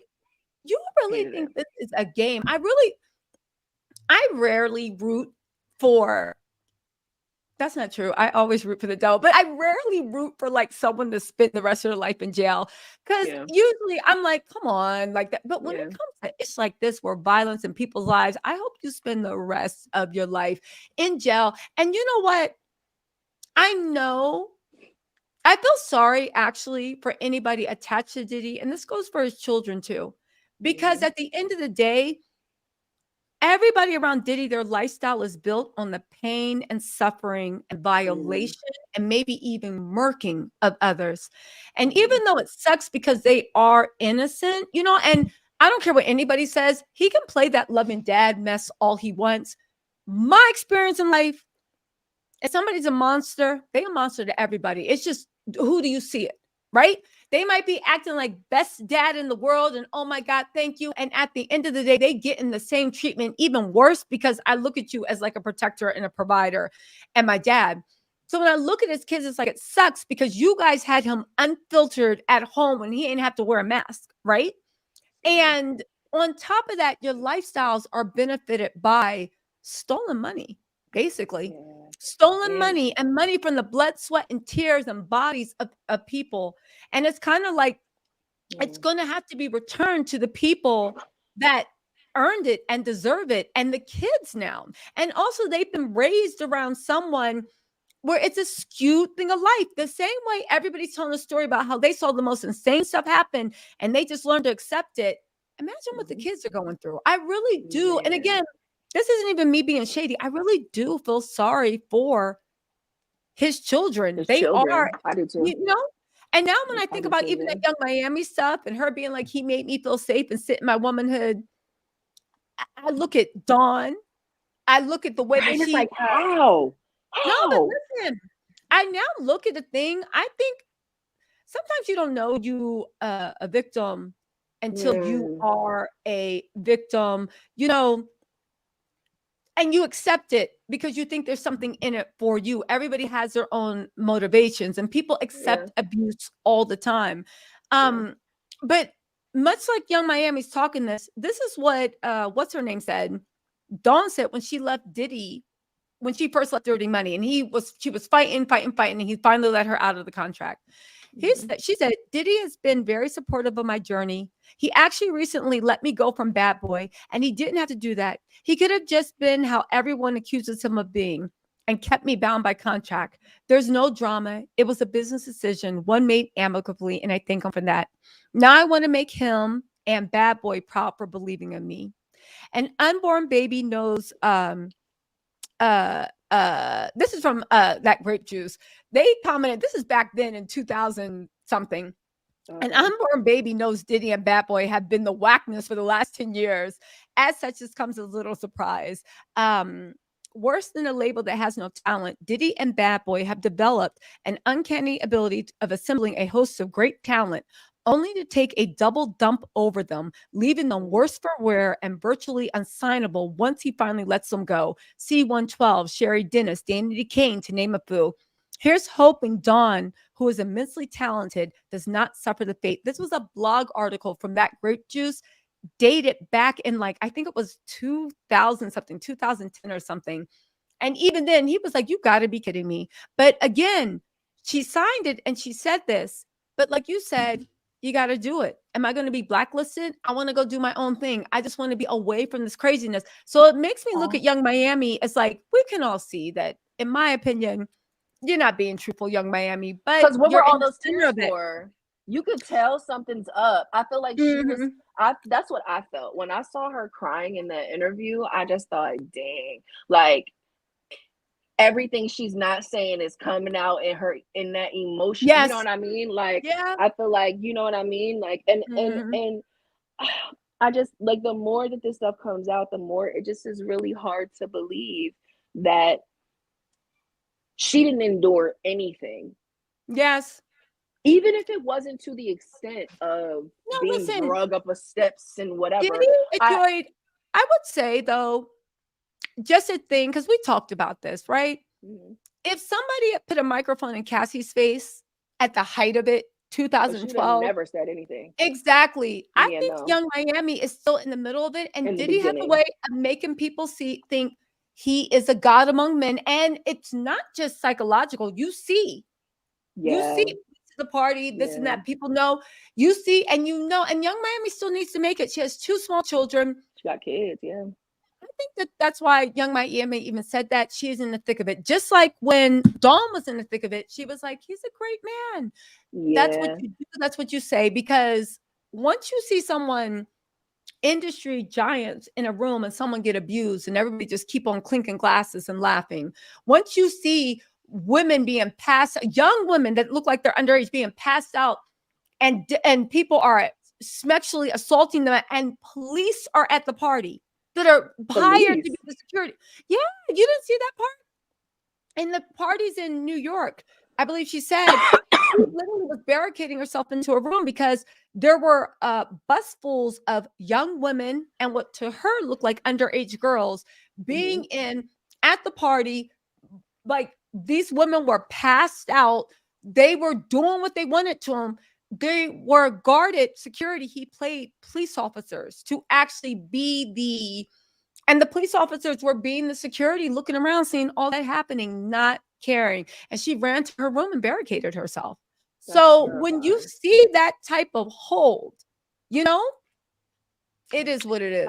I'm curious what, because I definitely see the conversation online around the fact that she worked with him again on this last record, on the Love album. You know, Listen, what do you think of it? What do I think? Yeah. I think, listen, at the end of the day, I feel like people are incredibly resilient. It's something in humankind where we are mammals, if you want to, we are God's creations, but I think everything on this earth has a survival gene. And one of the ways that we survive is by being incredibly resilient. I think Diddy doing all this crazy stuff, he did what most predators do. You don't just prey on the strongest. And by strongest, I don't mean somebody's stronger than the other. You groom. Yeah, What in your past and your childhood would let you accept being yelled at? What if your past and your childhood, he grooms for people that when he's on level 3, they look at it, it's like, because they're used to toxicity. Now he pumps it up to like level 10, but by the time you're level 10, you don't know how to get out. You're just like, shit, like, what do I do? Yeah, I think that and this is why people don't understand abuse. Yep. If humans did not, and usually people that are victims of abuse, and there's no shame saying you are a victim. That is fine to be a victim. It's weird. Now people are like, I'm not a victim. No, I am. So I guess you are. Yeah, because if you're not a victim, that means that there was no perpetrator. You realize this whole I'm not a victim, that's taking the other people off of accountability. You know, you did something to me that I did not deserve, right? But I think that because you're so resilient, most victims will find a way to push through. They'll find a way to compartmentalize. They'll find a way to be like, yeah, you know, but it's okay. And I think that Dawn is like one of those people that push through, do this. And I think Cassie was the same way. And I think everybody around Diddy, even Little Rod, they had that thing that most people have that maybe experienced trauma young, PTSD. Every day is a new day. Because if you wake up and you remember all the messed up things that happened that yesterday and the day before, you might not even have the strength to get out of the bed for the rest. Like, you might just be like, forget it. I'm just going to end it right here. Yeah. Much like kids in war. If kids in war really thought about what was going on and what they saw and this and that, they would go crazy. But every day they wake up and they go and they make a game and they find a way to laugh and they find a way to do this and that and find joy in life. The same way people in war, yeah, it's hard, but they will still find a little bit of joy. I think that everyone where they're like, oh, well, how could she do this? I'm glad most people don't understand what abuse looks like and how it affects you. But it 100% tracks that after that time, and that's another thing, nobody wants to sit with themselves and be like, how did I allow that to happen to myself? So time allows you to make cognitive dissonance where you're just like, it was because of this and that and blah, blah, blah, blah, blah, blah, blah. And try to explain it away. Know it, yeah, you've separated yourself mentally and made all these excuses for why it happened. And when someone draws you back in, you still want that, you still want to do your craft. It seems like a good opportunity. You're hopeful they've changed. I would imagine, again, if it was as simple as everybody thinks, there's not a woman alive or man that would go back to their abusive spouse. Facts. You have hope. And also, there's something in your psyche where you feel so disrespected that you're just like, wait a second. Maybe they finally realize, maybe I'm finally going to get the respect. Maybe they finally change. Again, if you I worked with victims of abuse. If you read up on it, the cycle happens to everyone. Like 1, 2, 3, just like the cycles of getting clean from drugs or alcohol. It's those 12 steps. You can like joke all you want, but not until you go through all those 12 steps will you finally be free of that monkey on your back. So that's what I think. I think that everybody is either shell shocked, they're in it. Who wants to deal with the shame of, yeah, this happened to me? Because people are cruel, you know? Look at Cassie. Like, I'm sure it's traumatizing for her seeing Diddy kick her down the hallway. And I don't even say that to be light. It's like literally treated you like a piece of trash, like not even human. Like, I wouldn't even treat like, of course I wouldn't treat my doggy like that, but you get what I'm saying? Like, it has to be humiliating that when people see you, they see you at your lowest. They know you before you know them, and they've seen you at your worst, most traumatizing time, and you still have to hold your head up high. So abuse is very complicated, but I do think that those that don't understand, all you gotta do is put in Google. Like, go, you don't, if you don't want to do Google, there is a 60-second TikTok that will explain. So I feel like at this point, the people that don't want to know and they want to point the finger, you just want to point the finger.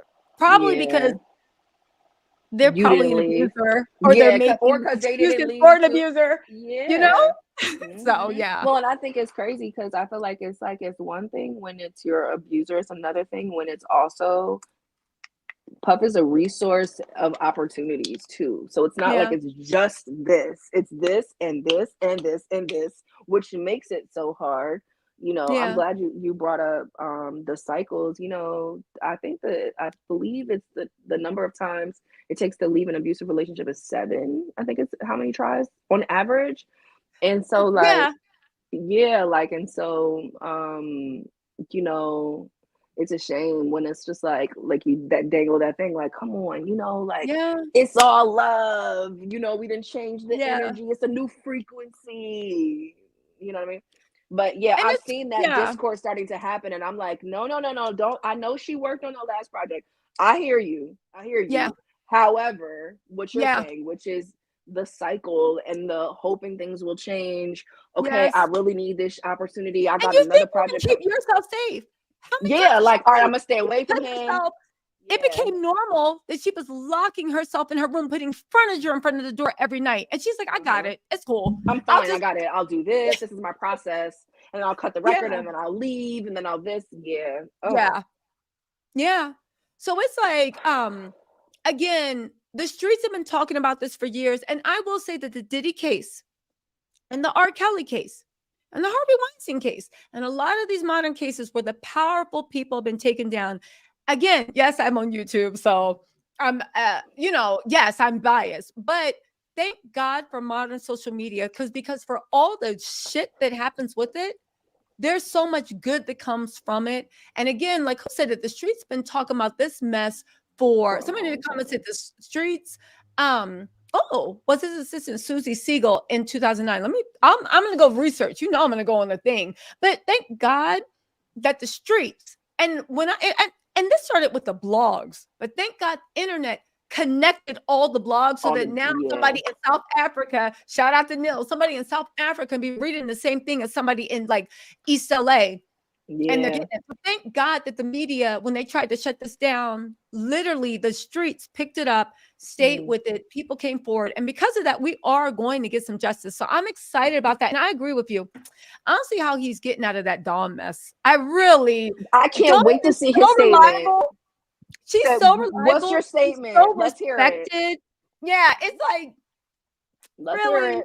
She was lying. He can't, because the thing is he's now been caught in a lie about lying and saying that everybody's trying to blah blah blah blah blah about me. So now it just is kind of like this is the next like really credible person, and she's also corroborating Cassie's accounts too.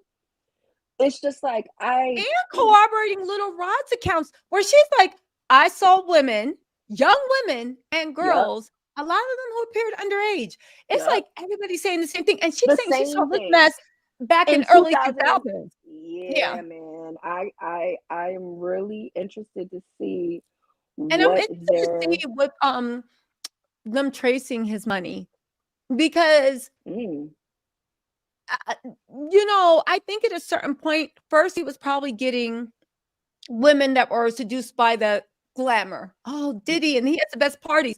But I think as his fame rose and as he started getting into some like super dark stuff, right? Yeah. And it's weird to say, because what's darker than rugging someone and raping them, right? But even darker things, right? I think he had to be like more selective. And I think that's probably what screwed him up, because he was like, you know what? Let's start getting people, one, that work for me. So you have that over them for the blackmail, or two, people that I pay. Because if we bring girls in that we pay, we don't got to worry about anybody talking. But if you're paying them, it has to be from a source. So, yeah. You know what I'm saying? Yeah, it's like, it is what it is. But listen, you guys, let me get out of here. I put a link to Tiffany Red's YouTube in the description box. Please make sure y'all follow her. You guys, hit a like or get a subscribe. You know, when Diddy gets arrested, we are going to be following this mug. We might even be in the courtroom. If you see something right here, you know, I got a Tiffany. No Diddy shirt. I was at a beach, and like, you know how they have like those like stores on like the boardwalk and stuff like that? Yeah. There was a store that had a bunch of No Diddy shirts hanging in the thing. You know, I bought one. It's over. The store got some No Diddy. If the store got No Diddy, I would have bought one too. Yes, I was like, I'm gonna wear this the day he gets indicted. I'm gonna take a picture of it. Exactly. We will wait to see what he does. Also, I'm gonna give a shout out to Andrea Pfeiffer for the super sticker. Also, Michelle Washington, thank you so much. Miss C Picks. Thank you so much for the heads up for the audio. Also, Khadija Camera 61, thank you for becoming a member. And of course, Paul Harrison, thank you so much for being so generous, right? Listen, I'm gonna go. If you guys are just tapping in, blah, blah, blah, blah, I'm gonna break this down into a bunch of little videos, recycle and jump on this. There's so much news coming out, but y'all, Diddy's done. And if Dawn's following this lawsuit, I 100% believe that the feds she submitted a criminal complaint.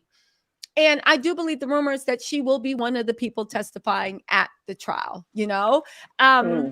We'll wait and see. We will wait and see. All right. And again, the world's waking up. I do want to say this last thing though, because somebody made a good point. Well, you know what? This is going to be long-winded, but you know what? Thank God for also social media and it providing, I know men go through this too, but men have traditionally been able to get jobs in music and this and that. And they've gone through their own hell that they can't talk about because of internalized misogyny, not with them, but, you know, with the society. Yeah. But for women, social media has really made a way for women that you know, IG models can become millionaires doing this and doing that. And I really feel like also one of these things are because there are so many more women in the workforce, but also so many more women doing so many big things that we're able to step back and be like, nah, we're not like, no, exactly. We don't need to do this. Not. We don't, and we're not going to stand this. You don't get to do A, B, and C just because I want to make it. It's no more rooms where there's 20 men and 3 women, you know?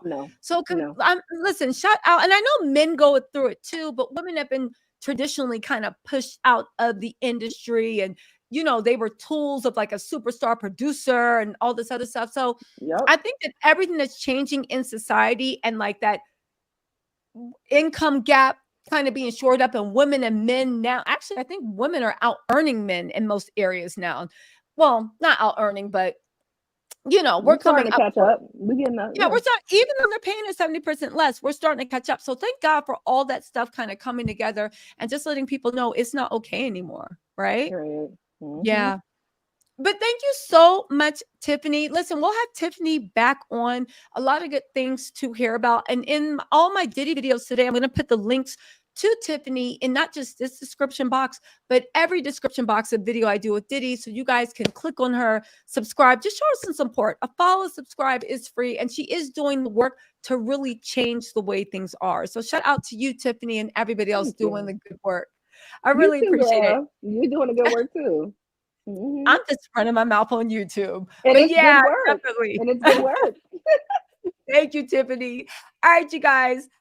We will talk to you later. Tiffany, do you want to say anything before we go? Nope, I'm about to go eat some lunch. As I said my piece. All right. Thank you, Tiffany. Talk to you guys later. And thanks for everybody that joined. Bye, everybody. Oh, no, let's